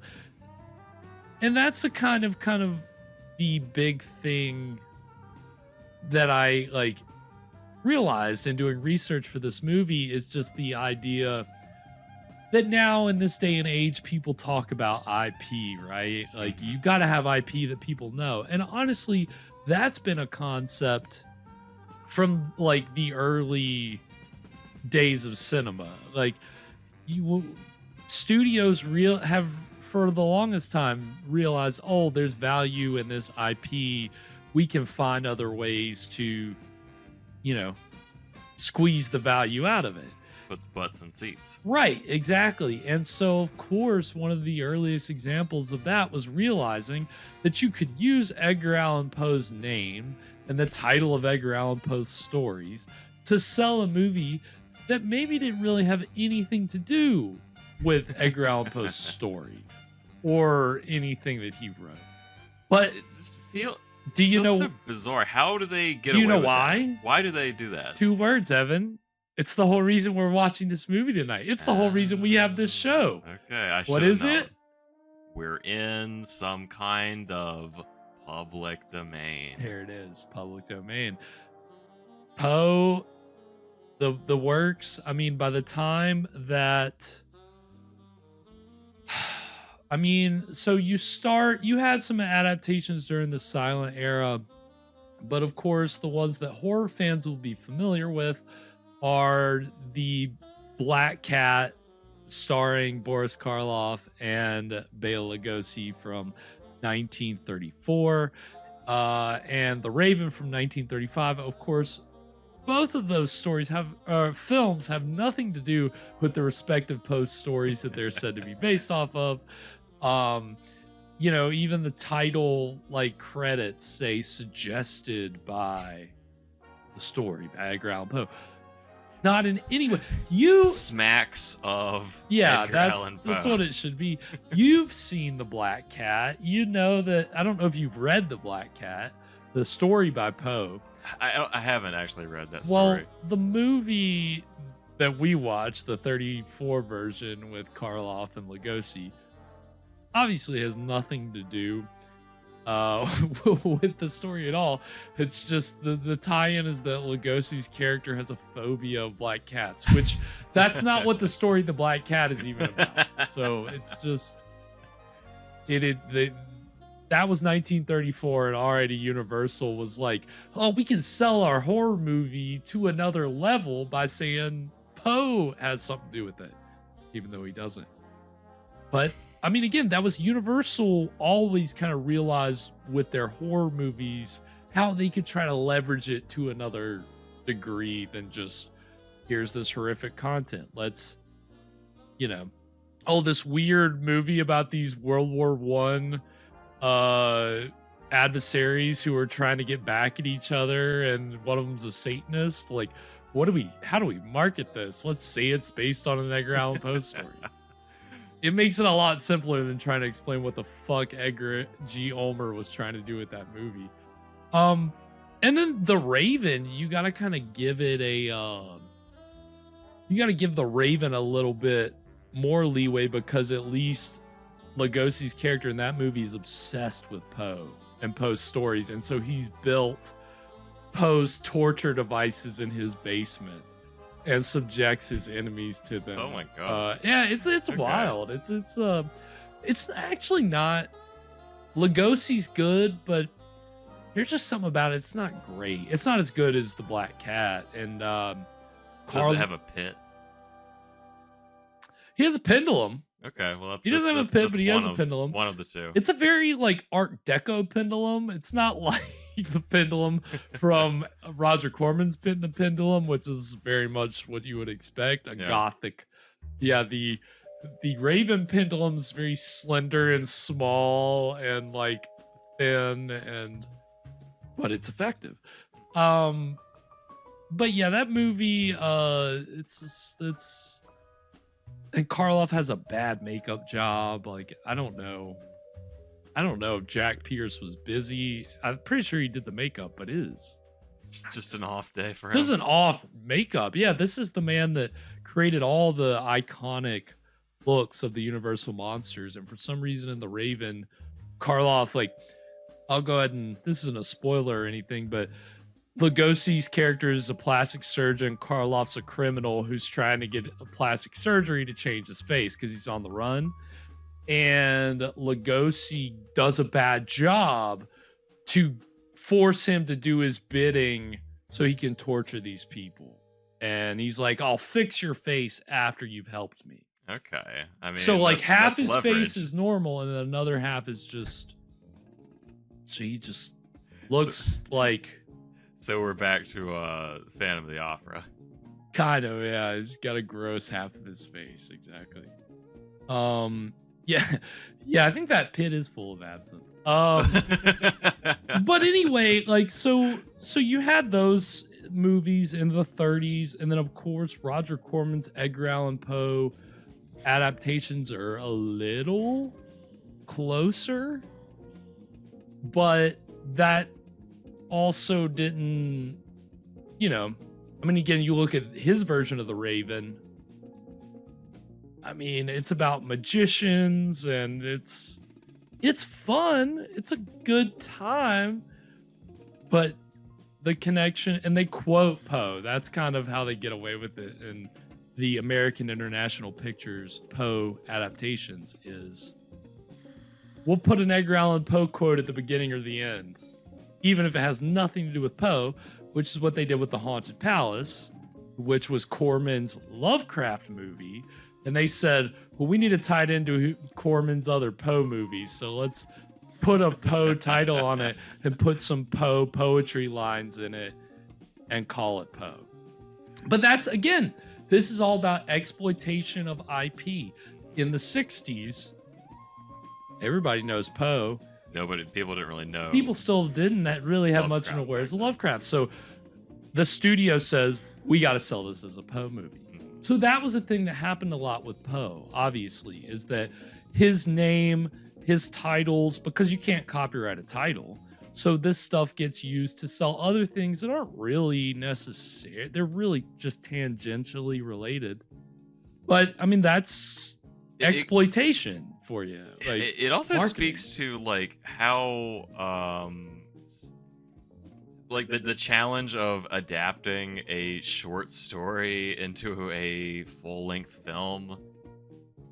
Yeah, that is the biggest hurdle. I think that all those things, it's like, well, there's no way that we can stretch this story to an hour and a half, so we got to come up with something. Yeah, yeah, I think you're right. The Del Toro came out with his Cabinet of Curiosities, maybe last year. Yeah. So, and it's really the same kind of thing. Those weren't like feature length or anything. Maybe 45, 30 minutes long or so. Right. But they're based on stories that are even still much shorter. So you have to put in a lot, extra to try to stretch these out. Yeah, you're using the word adaptation very liberally. Yeah. Sounds great. Yeah, I mean, no, that's 100%. And it's just funny to see how Poe especially kind of serves as a model for that. And just the idea of, we can use his name, we can use his title, and that's an IP that people are familiar with, so there's some people that will see it just because of that, and so that gets us somewhere. So the trailers that we're going to see are for movies that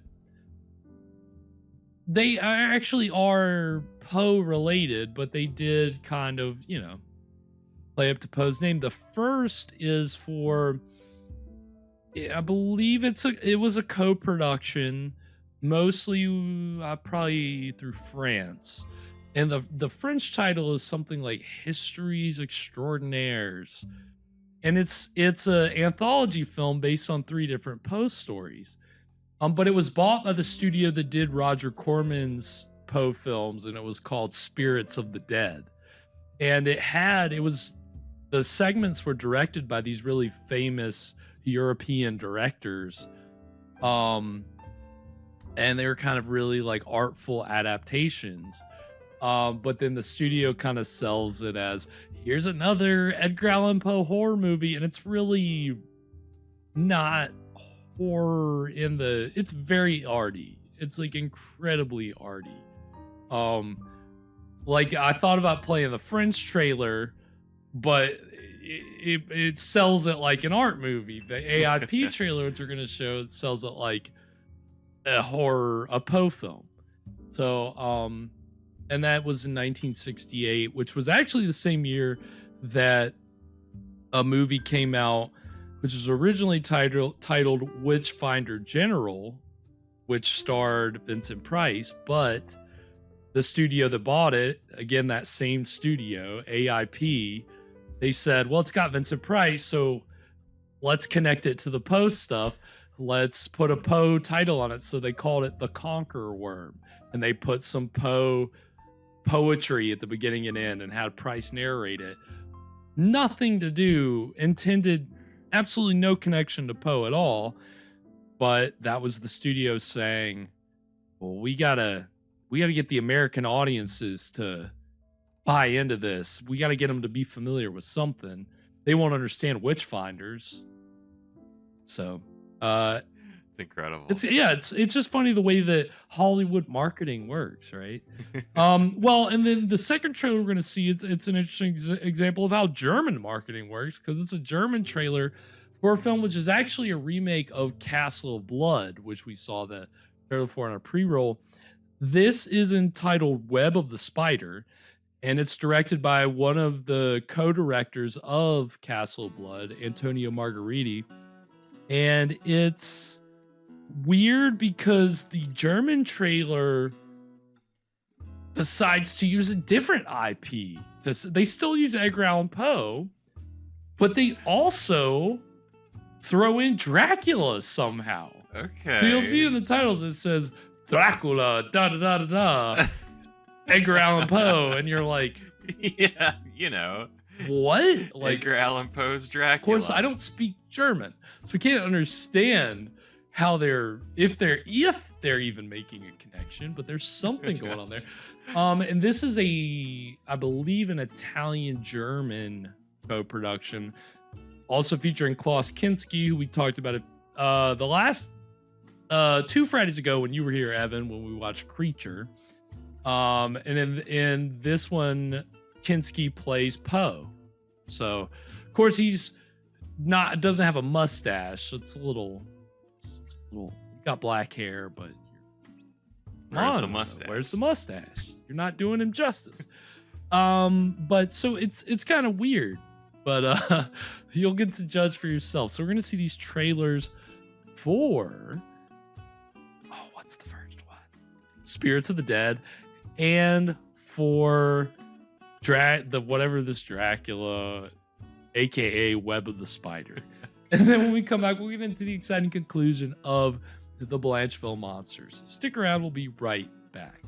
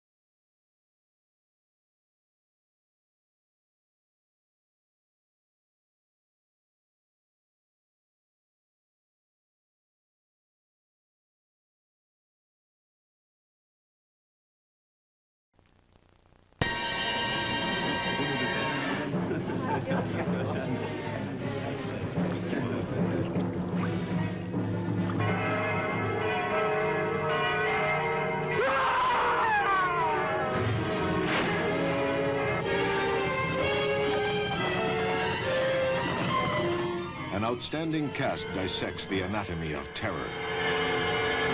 Starring Brigitte Bardot, Alain Delon. I propose double or nothing. And if I lose? I'll have you.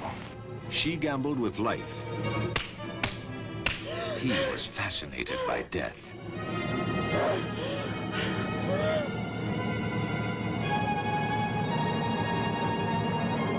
Terence Stamp, a man at war with himself. To me, the devil is cheerful, agile. Jane Fonda, Peter Fonda.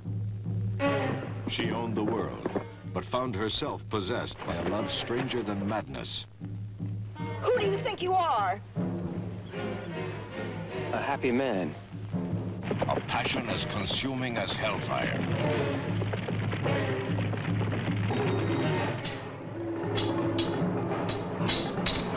An extraordinary adventure. Exciting, erotic, shocking, beyond your wildest nightmares.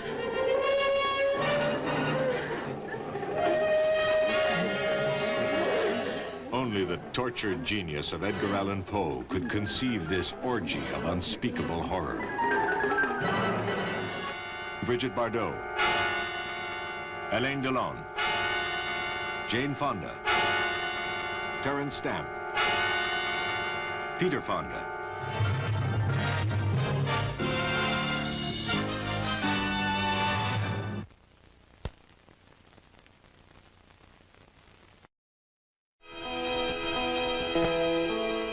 Das Grauen geht um. Der Schrecken regiert. Das Blut wird Ihnen in den Adern gefrieren. Denn das haben Sie im Kino noch nie erlebt. Wo ich hinfasste, war Blut.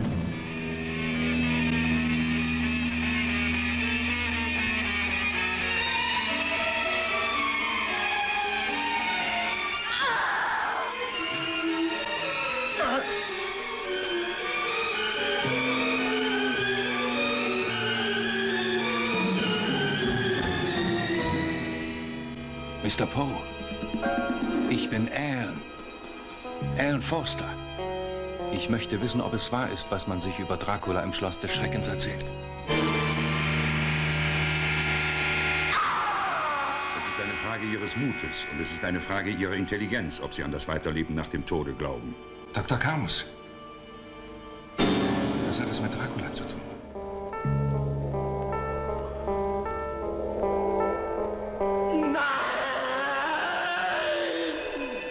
Wann haben Sie je gesehen das tote Atmen? Wann haben Sie je erlebt, dass geschändete und gemordete Frauen im Liebe vergehen?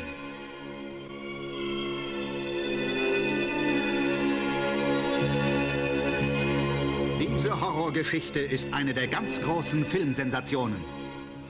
Tu mir gut, tu mir gut.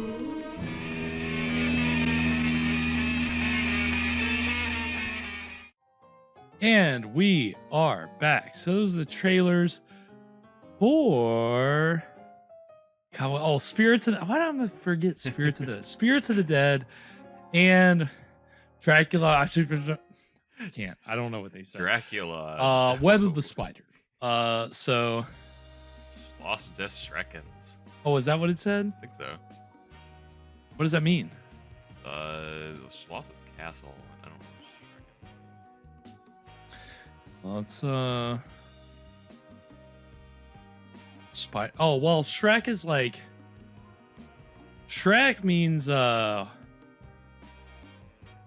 not gonna get the translation exactly right, but you know Max Shrek, who played Nosferatu, Shrek means terror. Okay, so maybe Castle Right? of Terror. I think so. Figured it out. Interesting. Dracula Castle of Terror has nothing to do with Dracula. But again, in the dub, you can make whatever you want it. That's the beauty of the dub. So yeah, I mean, as you can see, Poe kind of gets this, and I think Dogstar, made a very good point. Yeah, excellent point, Dogstar. He is the Poe then is the Stephen King now, or vice versa, I guess. It's kind of funny that the ubiquity of the the authors you see in your public library, or in that you read as a kid in school. I mean, we read Poe stories in school. I'm sure most people have, and I probably back then too. So it's just kind of have an easy connection if you have a cat or somebody in a grave or It would be very funny to me if they still did it so just like blatantly though. Like imagine if they were making like the new Stephen King movie and it just has nothing to do right. Well, and that's the funny thing too about, I guess, especially Italian films from the 70s all the way through, I guess, at least the 90s, is that they had a habit of advertising a movie based on an existing IP that was popular, even though it had nothing to do with the movie. They did this for horror films a lot. So you'd have, in Italy, there's like 10 sequels to The Evil Dead, even though it's just movies that are totally unrelated to the series. They have nothing to do with the official Evil Dead. But in Italy, somehow they're able to call it an Evil Dead movie. They did that with George Romero's, with Dawn of the Dead. They called it Zombie there. So suddenly you have Zombie 2, 3, 4, 5, 6, all these other Italian movies that were not officially related to George Romero's movie in any way. But there they can use that title and say that this is a part of that series. So incredible. You know what that means? It means we got to make Blancheville Monster 2. We could get away with it. That's how you get that's how you got the movie Troll 2. Is because over there, like, that's the thing. Like, there was a movie Troll 2 is totally unrelated, but that's because in Italy, that's why it was Troll 2. Because they're able to make a sequel in Italy, even though unofficially, because it's not a real sequel. So that was a thing. I don't know. It's just obviously in this business, in the film business, if you can connect any existing IP that people are familiar with, your intended target audience, it's gonna, even if you're misleading them a little bit, if it, like you said, if it gets butts and seats, it doesn't really matter that much. So, I don't know. Isn't that interesting? We've learned a little something about the film business tonight. Yeah. And little marketing lesson. Right. It's films are not always as advertised. If they're saying this is based on an Edgar Allan Poe story, don't get your hopes up too much. Not that this hasn't evoked the spirit of Poe tonight. The Blancheville Monster has definitely, this whole idea of this family curse and secrets and trying to get her to go into the tomb and So this one is pulling from 3 different stories. Yeah, the other 2 are one's entitled A Tale of the Ragged Mountains, which apparently is one of his only stories to actually take place in Virginia, which I believe he was from there or lived there for a while, so that's kind of note. And then the other one is Some Words with a Mummy. So I don't know how they barred from that one. But, title alone, it sounds interesting. But I think that was like more of a parody. Yeah, I read about that one because it just sounded so, it's like an interview with a vampire or something. Yeah, just interviewing an Egyptian mummy, just seeing what's up. Yeah, so I don't know. I haven't read either of those, so I wouldn't be able to tell you, how it bars from those. Obviously, when it comes to House of Usher, there's just, Roderick and this whole weird sibling relationship, and they've got a family member kind of locked away somewhere in the family house. There's, kind of some reminiscences. It's a little reminiscent of Roger Corman's adaptation of The Pit and the Pendulum with this doctor character. Maybe, I don't remember if House of Usher had a doctor character, but I know Pit and the Pendulum did. And I think House of Usher had this, and maybe the book too, it's like the brother, or it's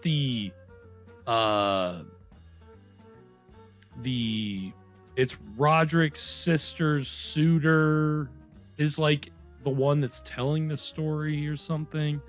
So I can kind of see how it's borrowing from that. But I mean, obviously it's heavily influenced by Roger Corman's Poe movies. That's the thing. This movie's really a convergence of Corman's Poe movies and the Italian Gothic horror kind of boom in the early 60s. This is like probably the closest. Well, this and Castle of Blood are probably the two closest like synthesis of the two kind of trends in horror at that time. And so we'll see how they can finish it off. We'll see what they can come up with the finale. I mean, I don't know. Let's think there's some schemes going on that are about to get revealed. Yeah, I'm dying to know what on earth these people are up to. Well, we're about to find out. Anything before we get into it, Evan? So if this is based on 3 stories, we're gonna have 3 endings? Is that gonna be the twist? Is this where Clue got it from? That would be pretty good, right? That would be, I think the twist that they're gonna bring in that 3rd story, it's not, everybody so far has been a red herring. The real monster is a mummy.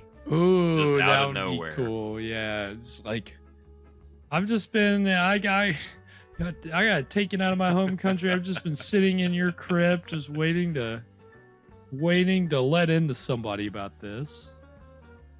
We'll see.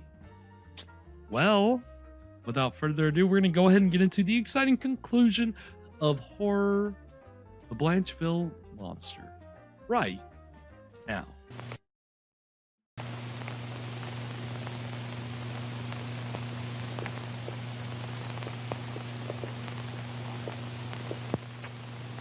I carried out your orders, Miss Eleanor.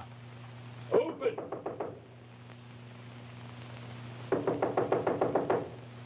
Open, hurry!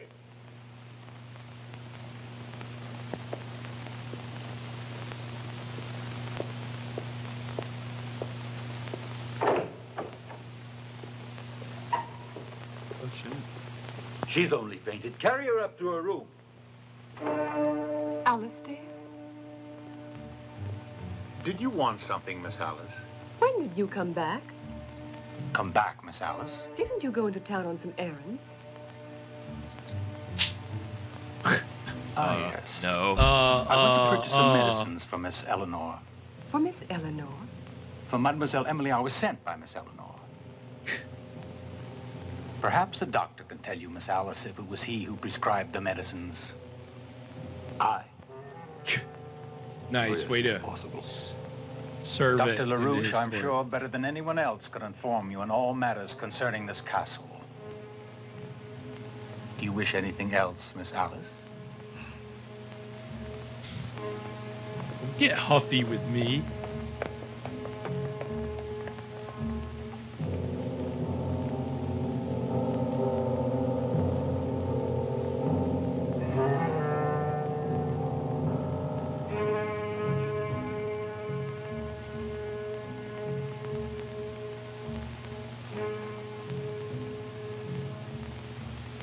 She's very weak. I can barely feel her pulse. You got your thumb on her wrist. Emily. Emily, dearest. It's me, Rodrigue. Emily. She's coming too. She shouldn't have gone out. You forget she was frightened. She needs rest. Alice, could you stay with her? Well, the Until she's butler fallen always asleep. did it, dogs. Always. So maybe that's what we're about to find out. turns out this butler is actually a mummy. He does. They have them playing it like maybe he's like a ghost or something. Emily, That would be a twist. my dear. What is it? Tell me. I'm afraid. I'm afraid.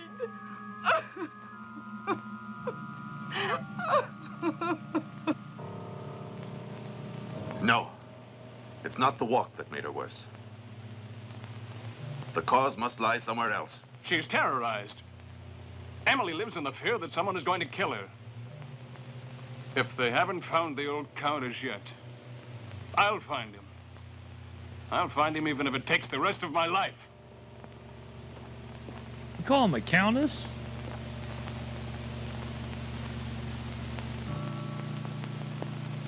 Every time I see suits like that, it just makes me think of like a cartoon character, like really thickly drawn outline.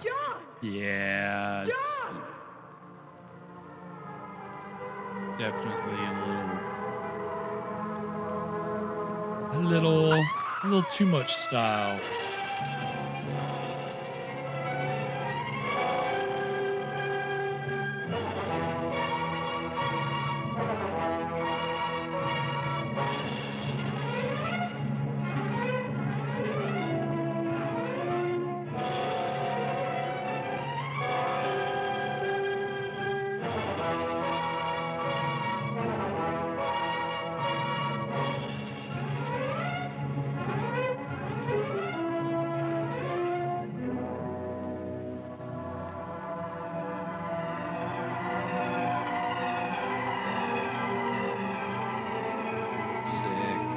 Hold it, hold it, hold it, hold it.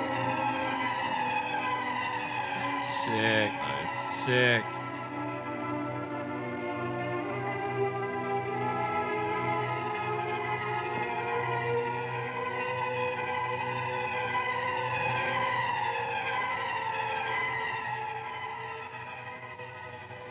Oh, darling. Darling. Emily.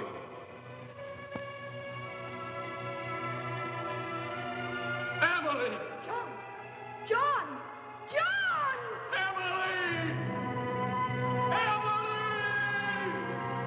Corman's Poe movies were also pretty rife with dream sequences, stylized dream sequences. So it's funny to see that.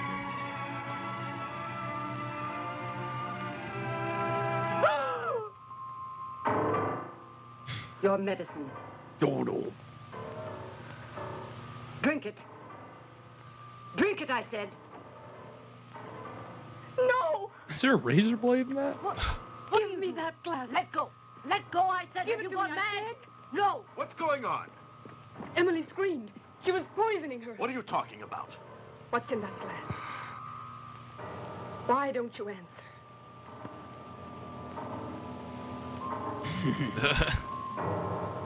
Everybody's shifty-eyed.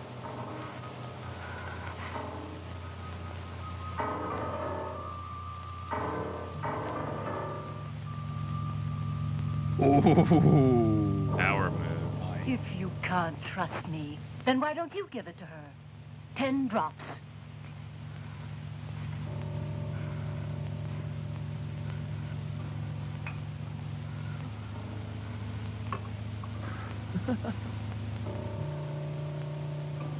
That's exactly what it was, dogs are. A little absinthe to calm your nerves. It's medicine. Drink it. Drink it, Emily.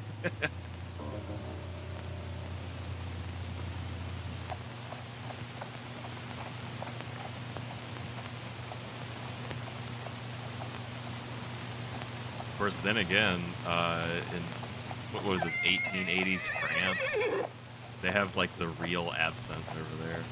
True, yeah, this That is stuff would be the real be deal. tripping in the castle.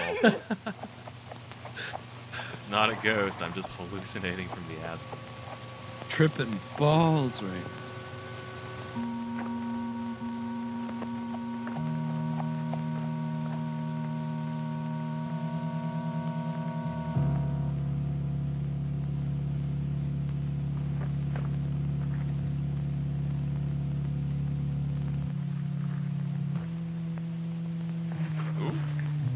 shit. The butler? I think. No, I don't know. It's. Yes, it's hard to tell. Finally got a body.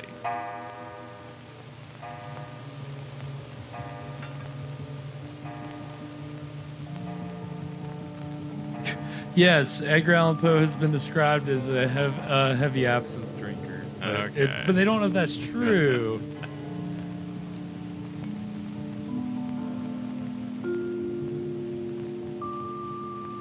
The Virtual Absinthe Museum refutes the claim that Poe is a victim of absinthe. Next time we have a Poe movie, we'll do the Edgar Allan special. There we It's half absinthe, half eggnog. Oh! God, man.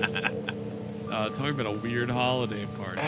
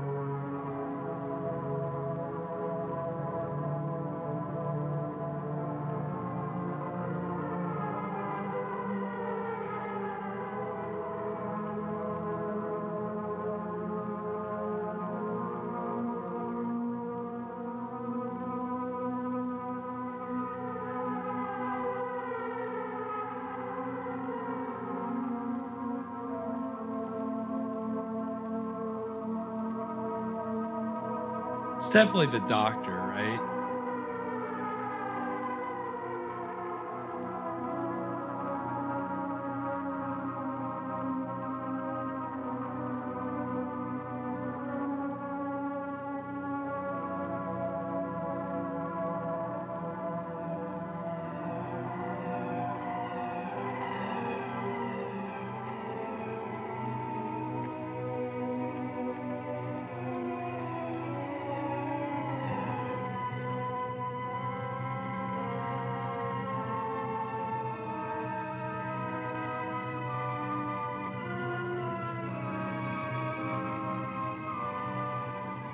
Enter, Emily. You have reached eternal rest.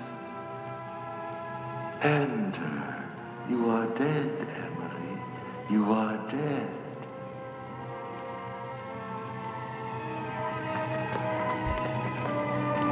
Emily! Emily. Emily, it's me. Emily. Emily, don't you have that? Oh, shit. Ah.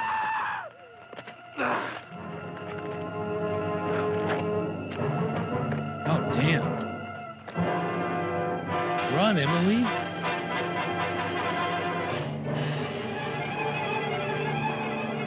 God, this is fucking... I mean, that's the thing in Europe, you know? You can just use real locations. And you can find some wild old ruins somewhere if you look hard enough. It really makes a lot of sense to do Gothic horror in Europe. You know? Yeah, big time. It's the perfect place to do that. Yeah, well, leave the Gothic to Europe and leave the old dark house to America. I mean, Europe has some pretty good old dark houses. Why are you crying? Nothing, miss. It's just when I think that Emil is 21 today. Who is this lady? I saw her born, you know. Yes, We haven't seen her the whole movie. And this is her favorite. She's been busy making this cake. Yes. She's the one housekeeper that's like been around the whole time. Thank you. That She's doing all didn't the die. work. Why haven't we heard from her?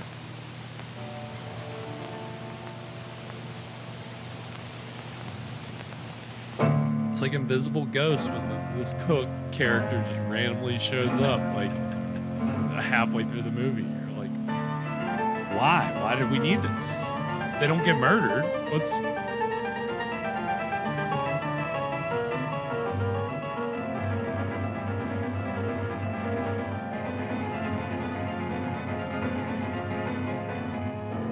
Was that in the movie or our headphones, Evan? Did you hear that? That wee.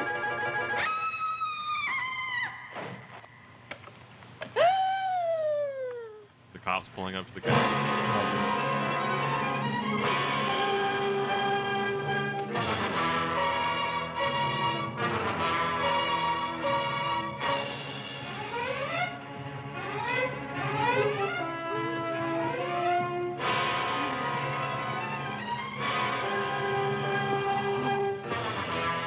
Milord. Who is this guy?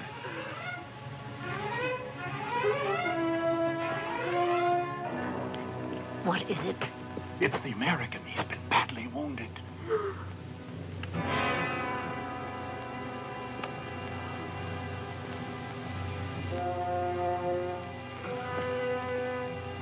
Suddenly, all these servants just coming out of the woodwork. It's kind of strange. John! Oh, John, darling. John. Everybody's been on vacation. They just came back. All these servants coming out of the wormwood.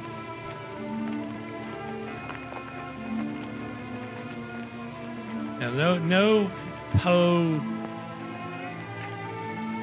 film would be complete without a funeral scene. And guess what? Guess what? How she's going to be buried? Alive. Probably. I mean, Poe. That's Poe. Right. Buried alive.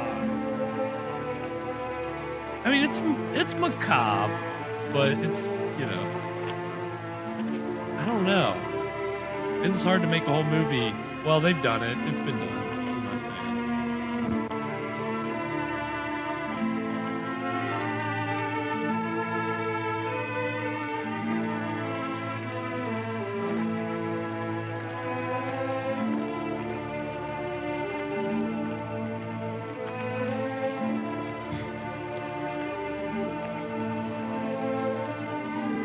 Still plenty of good earth in these ruins. I'm just gonna dump her in this pile of rubble.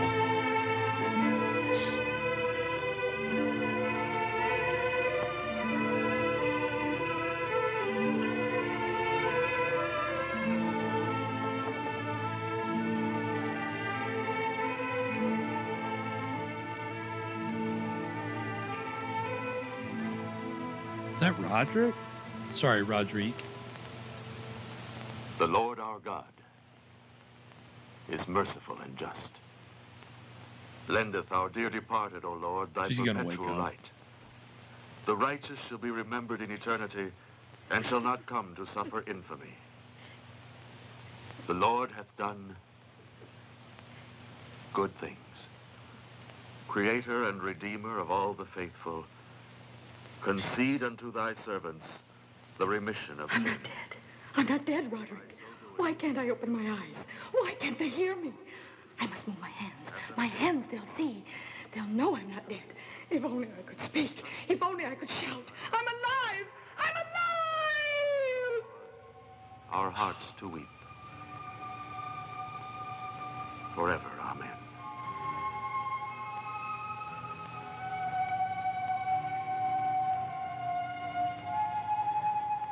Ooh, that's a good one, Dog Star. Very good.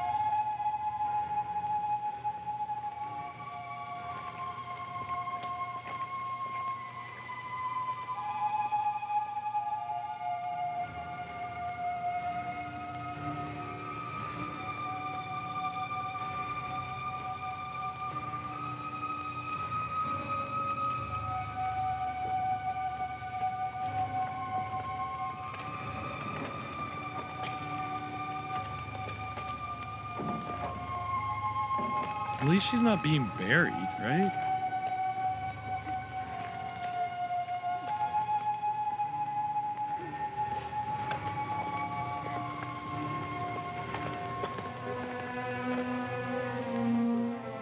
Is she gonna do the glass? She's gonna kill Bill. Where did they take me? Roderick, don't leave me here. Don't leave me alone. Where am I? I don't want to stay here, Roderick. Save me, Roderick. I'm alive. I'm alive. There's someone near me. Take me away. Take me away.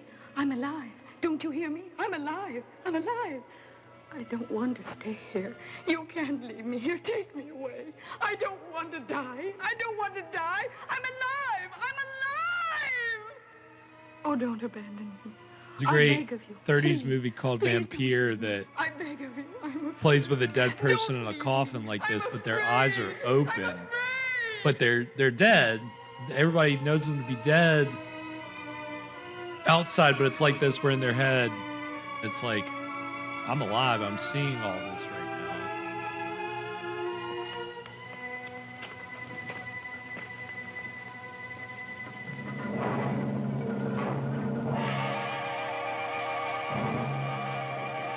Time to wall her up. All right, nothing's getting out of there.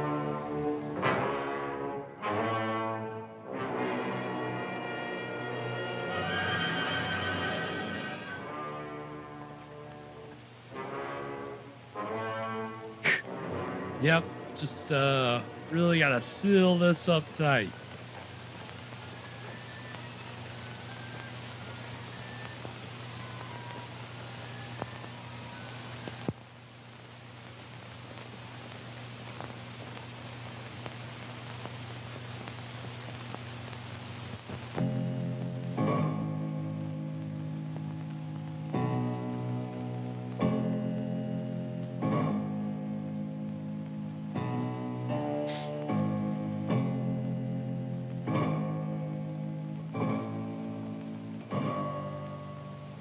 Wait, Alice.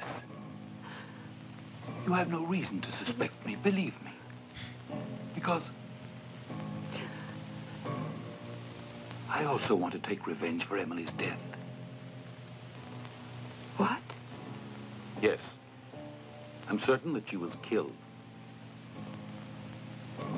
And the same person also attempted to murder your brother.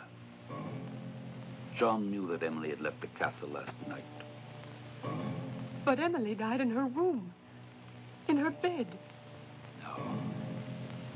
Emily was led to this abbey almost every night. Every night.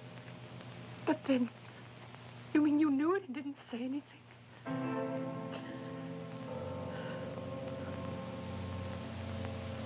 And yet, by not saying anything, I was hoping to make the murderer fall into my hands. Emily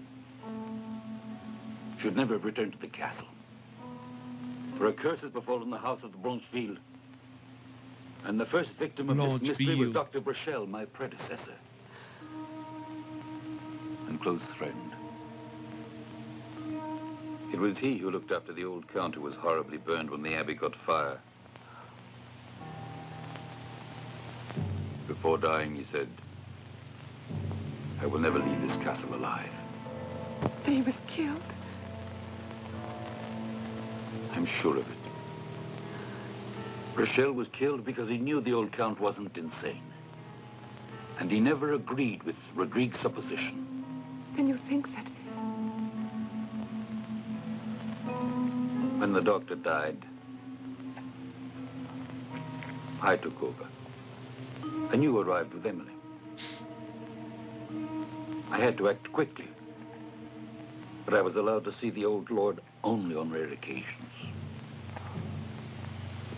Never alone. But I convinced Rodrigue to engage the help of a nurse. A woman in whom I had absolute faith. Miss Eleanor. Yes. But unfortunately, she too is under his hypnotic spell. I will never believe that. Can we believe the good doctor? There. A hand. Hand? What? Whose hand? Wait here.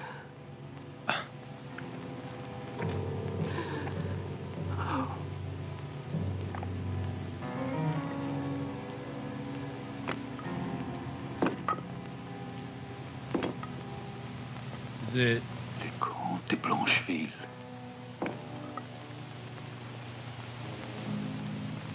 God have mercy. Did he just say the Count died?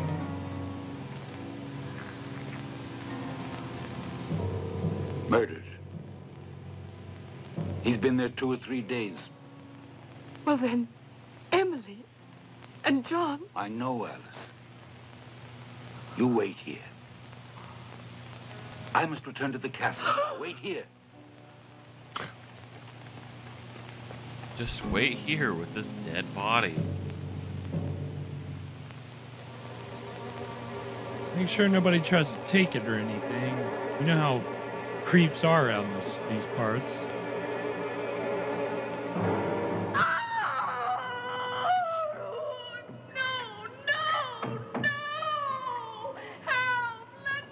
Come on, Emily, break out. Please help!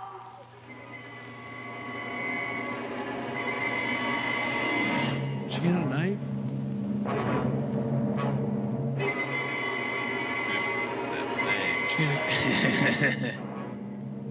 She gonna kill John?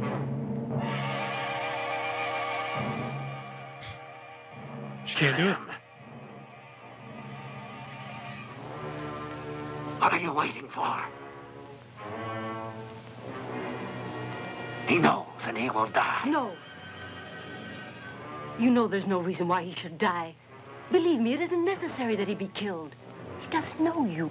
He knows, and he will die. He saw Alistair, and he knows, I tell you. And now he'll die. The knife! No! You will not kill again. Get back! Get back, I tell you! You'll die, too.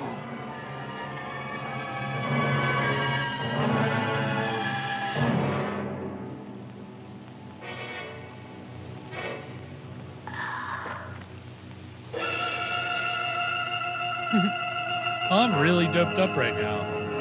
There's not really a lot I can do from this bed here.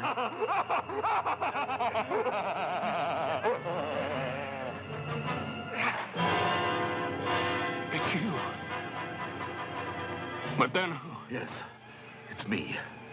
But you won't live to tell anyone. Because you'll die, like Emily. Emily's dead. And you, her own brother. Yeah, dog, sorry, that's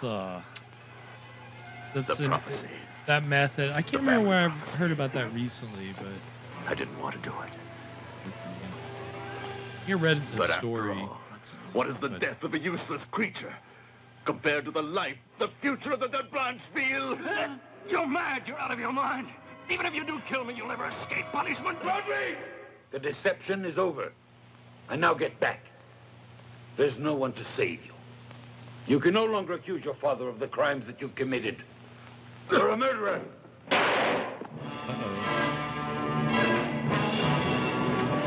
What?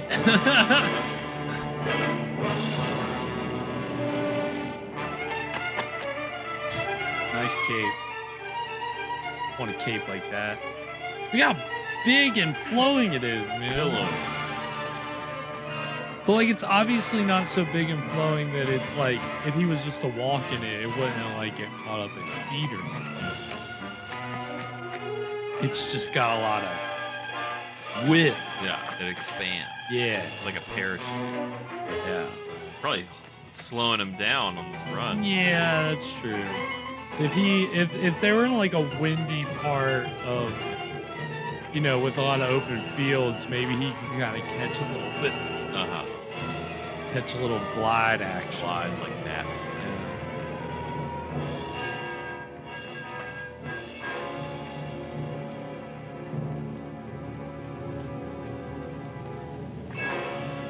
Uh-oh. What is that, a well? Roderick, wait for me. Wait for me. Don't go away. Uh-oh. Don't go away. Wait. I know. Wait. Emily. No, it can't possibly be. Come back, Roderick. But you're dead. No, Roderick. Yeah, Dog Star, I definitely want to bring the cape I back. know. Go away. Wait, wait. Go away!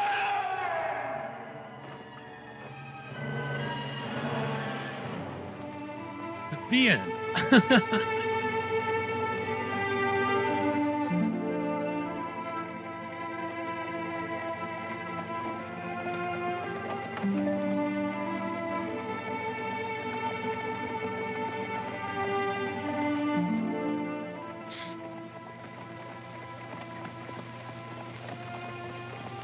And when is the wedding?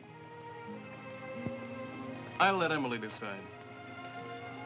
What do you think would happen if I asked Ben the same thing?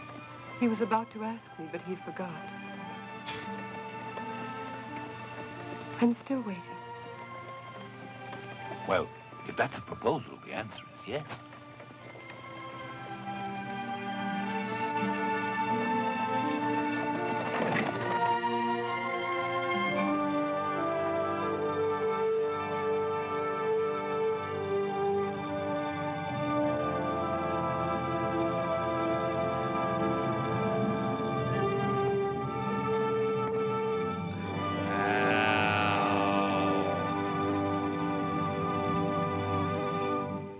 That was the Blancheville Monster.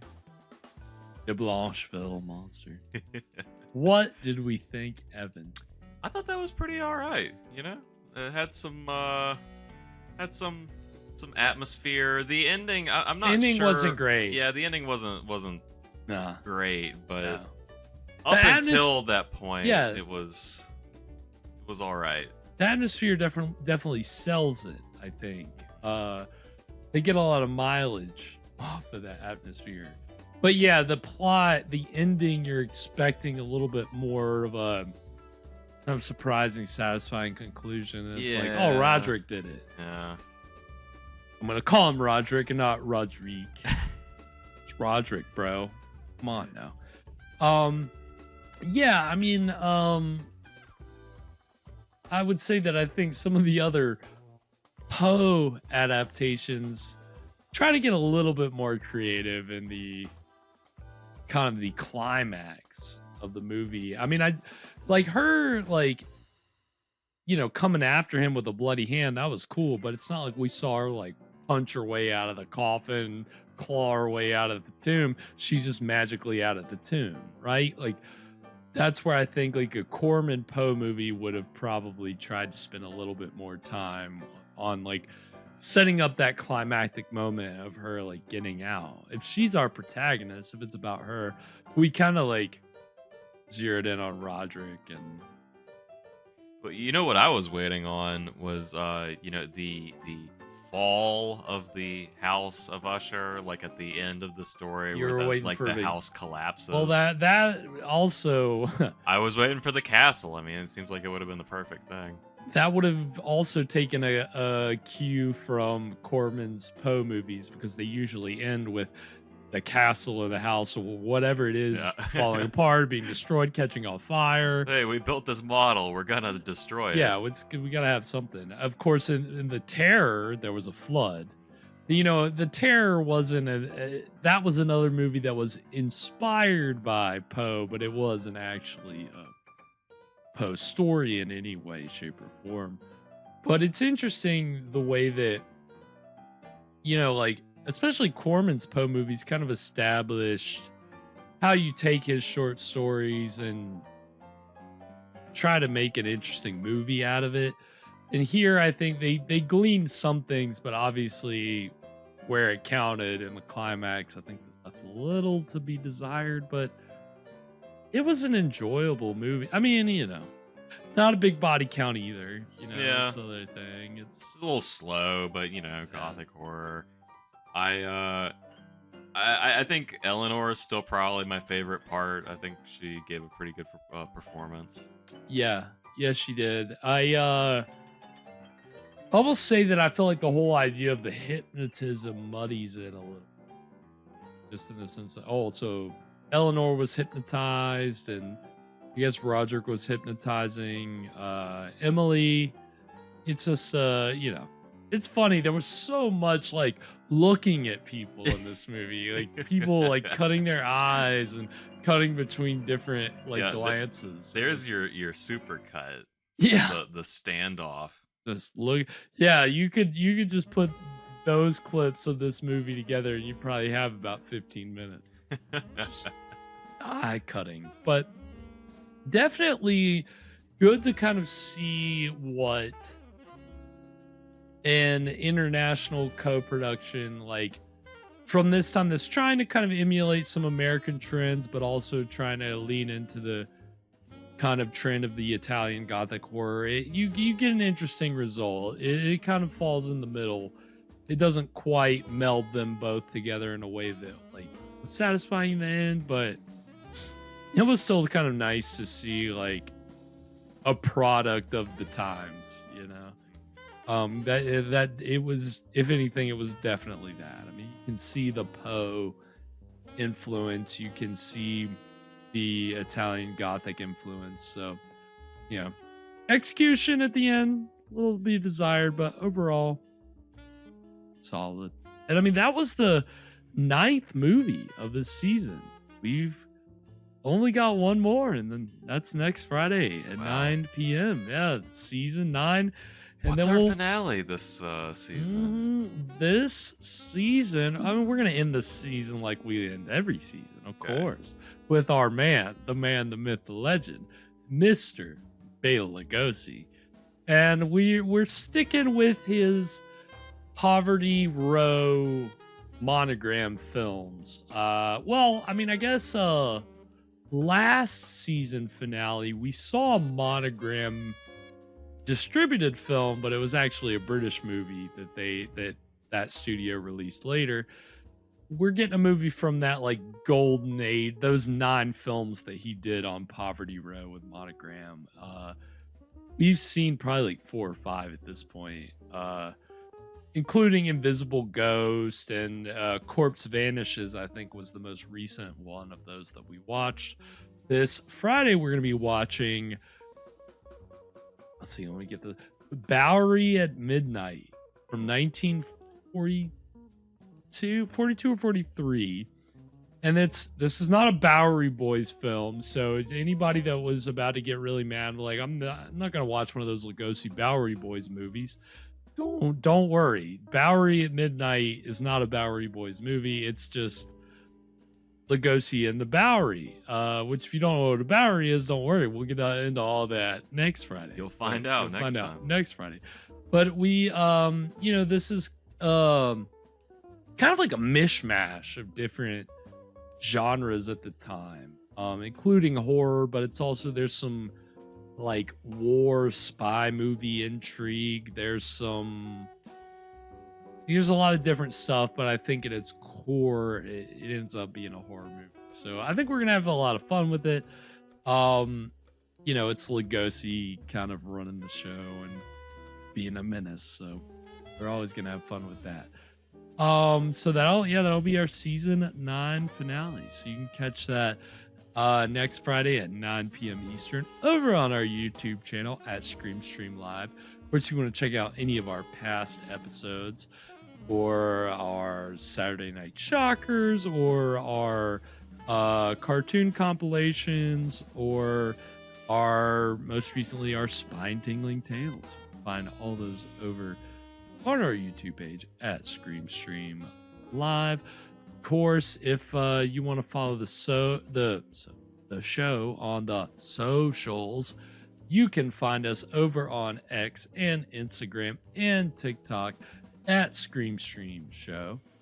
And you want to, we will have our final episode of Tales of Tomorrow this Wednesday at 9 p.m. Eastern, final mini-sode of season 9. So be sure to join us for that. Special thanks to everybody that tuned in tonight and hung out in the chat. Of course, Dog Star and Kathy and Nice Fan and you know, It's been a lot of fun hanging out with you guys. Always. We love keeping the chat active. Have a blast doing it. It makes gives us another level to enjoy it on when we can hear from you guys. So we really appreciate all of y'all chiming in and everybody tuning in, and we'll finish out season 9 in style next Friday. The way we do. That's exactly how we do. If you want to follow me and Evan on the socials, you can find me on X at Spakenstein, and Mr. Evan Sink is on X and Instagram at Caligari Cursed. Anything before we sign off tonight, Evan? Maybe they didn't show her breaking out of that coffin because they just forgot to nail it shut. Yeah, she just kind of like popped the lid off. Oh yeah, and they didn't grease the hinges. They would have been embarrassed. So it's too bad she scratched her hand on the way out. Yeah, it's shoddy craftsmanship. They should be ashamed. Roderick, do you have a Band-Aid? That's all. That was it. Until next week, sweet screams, everybody. And to all, a good fright.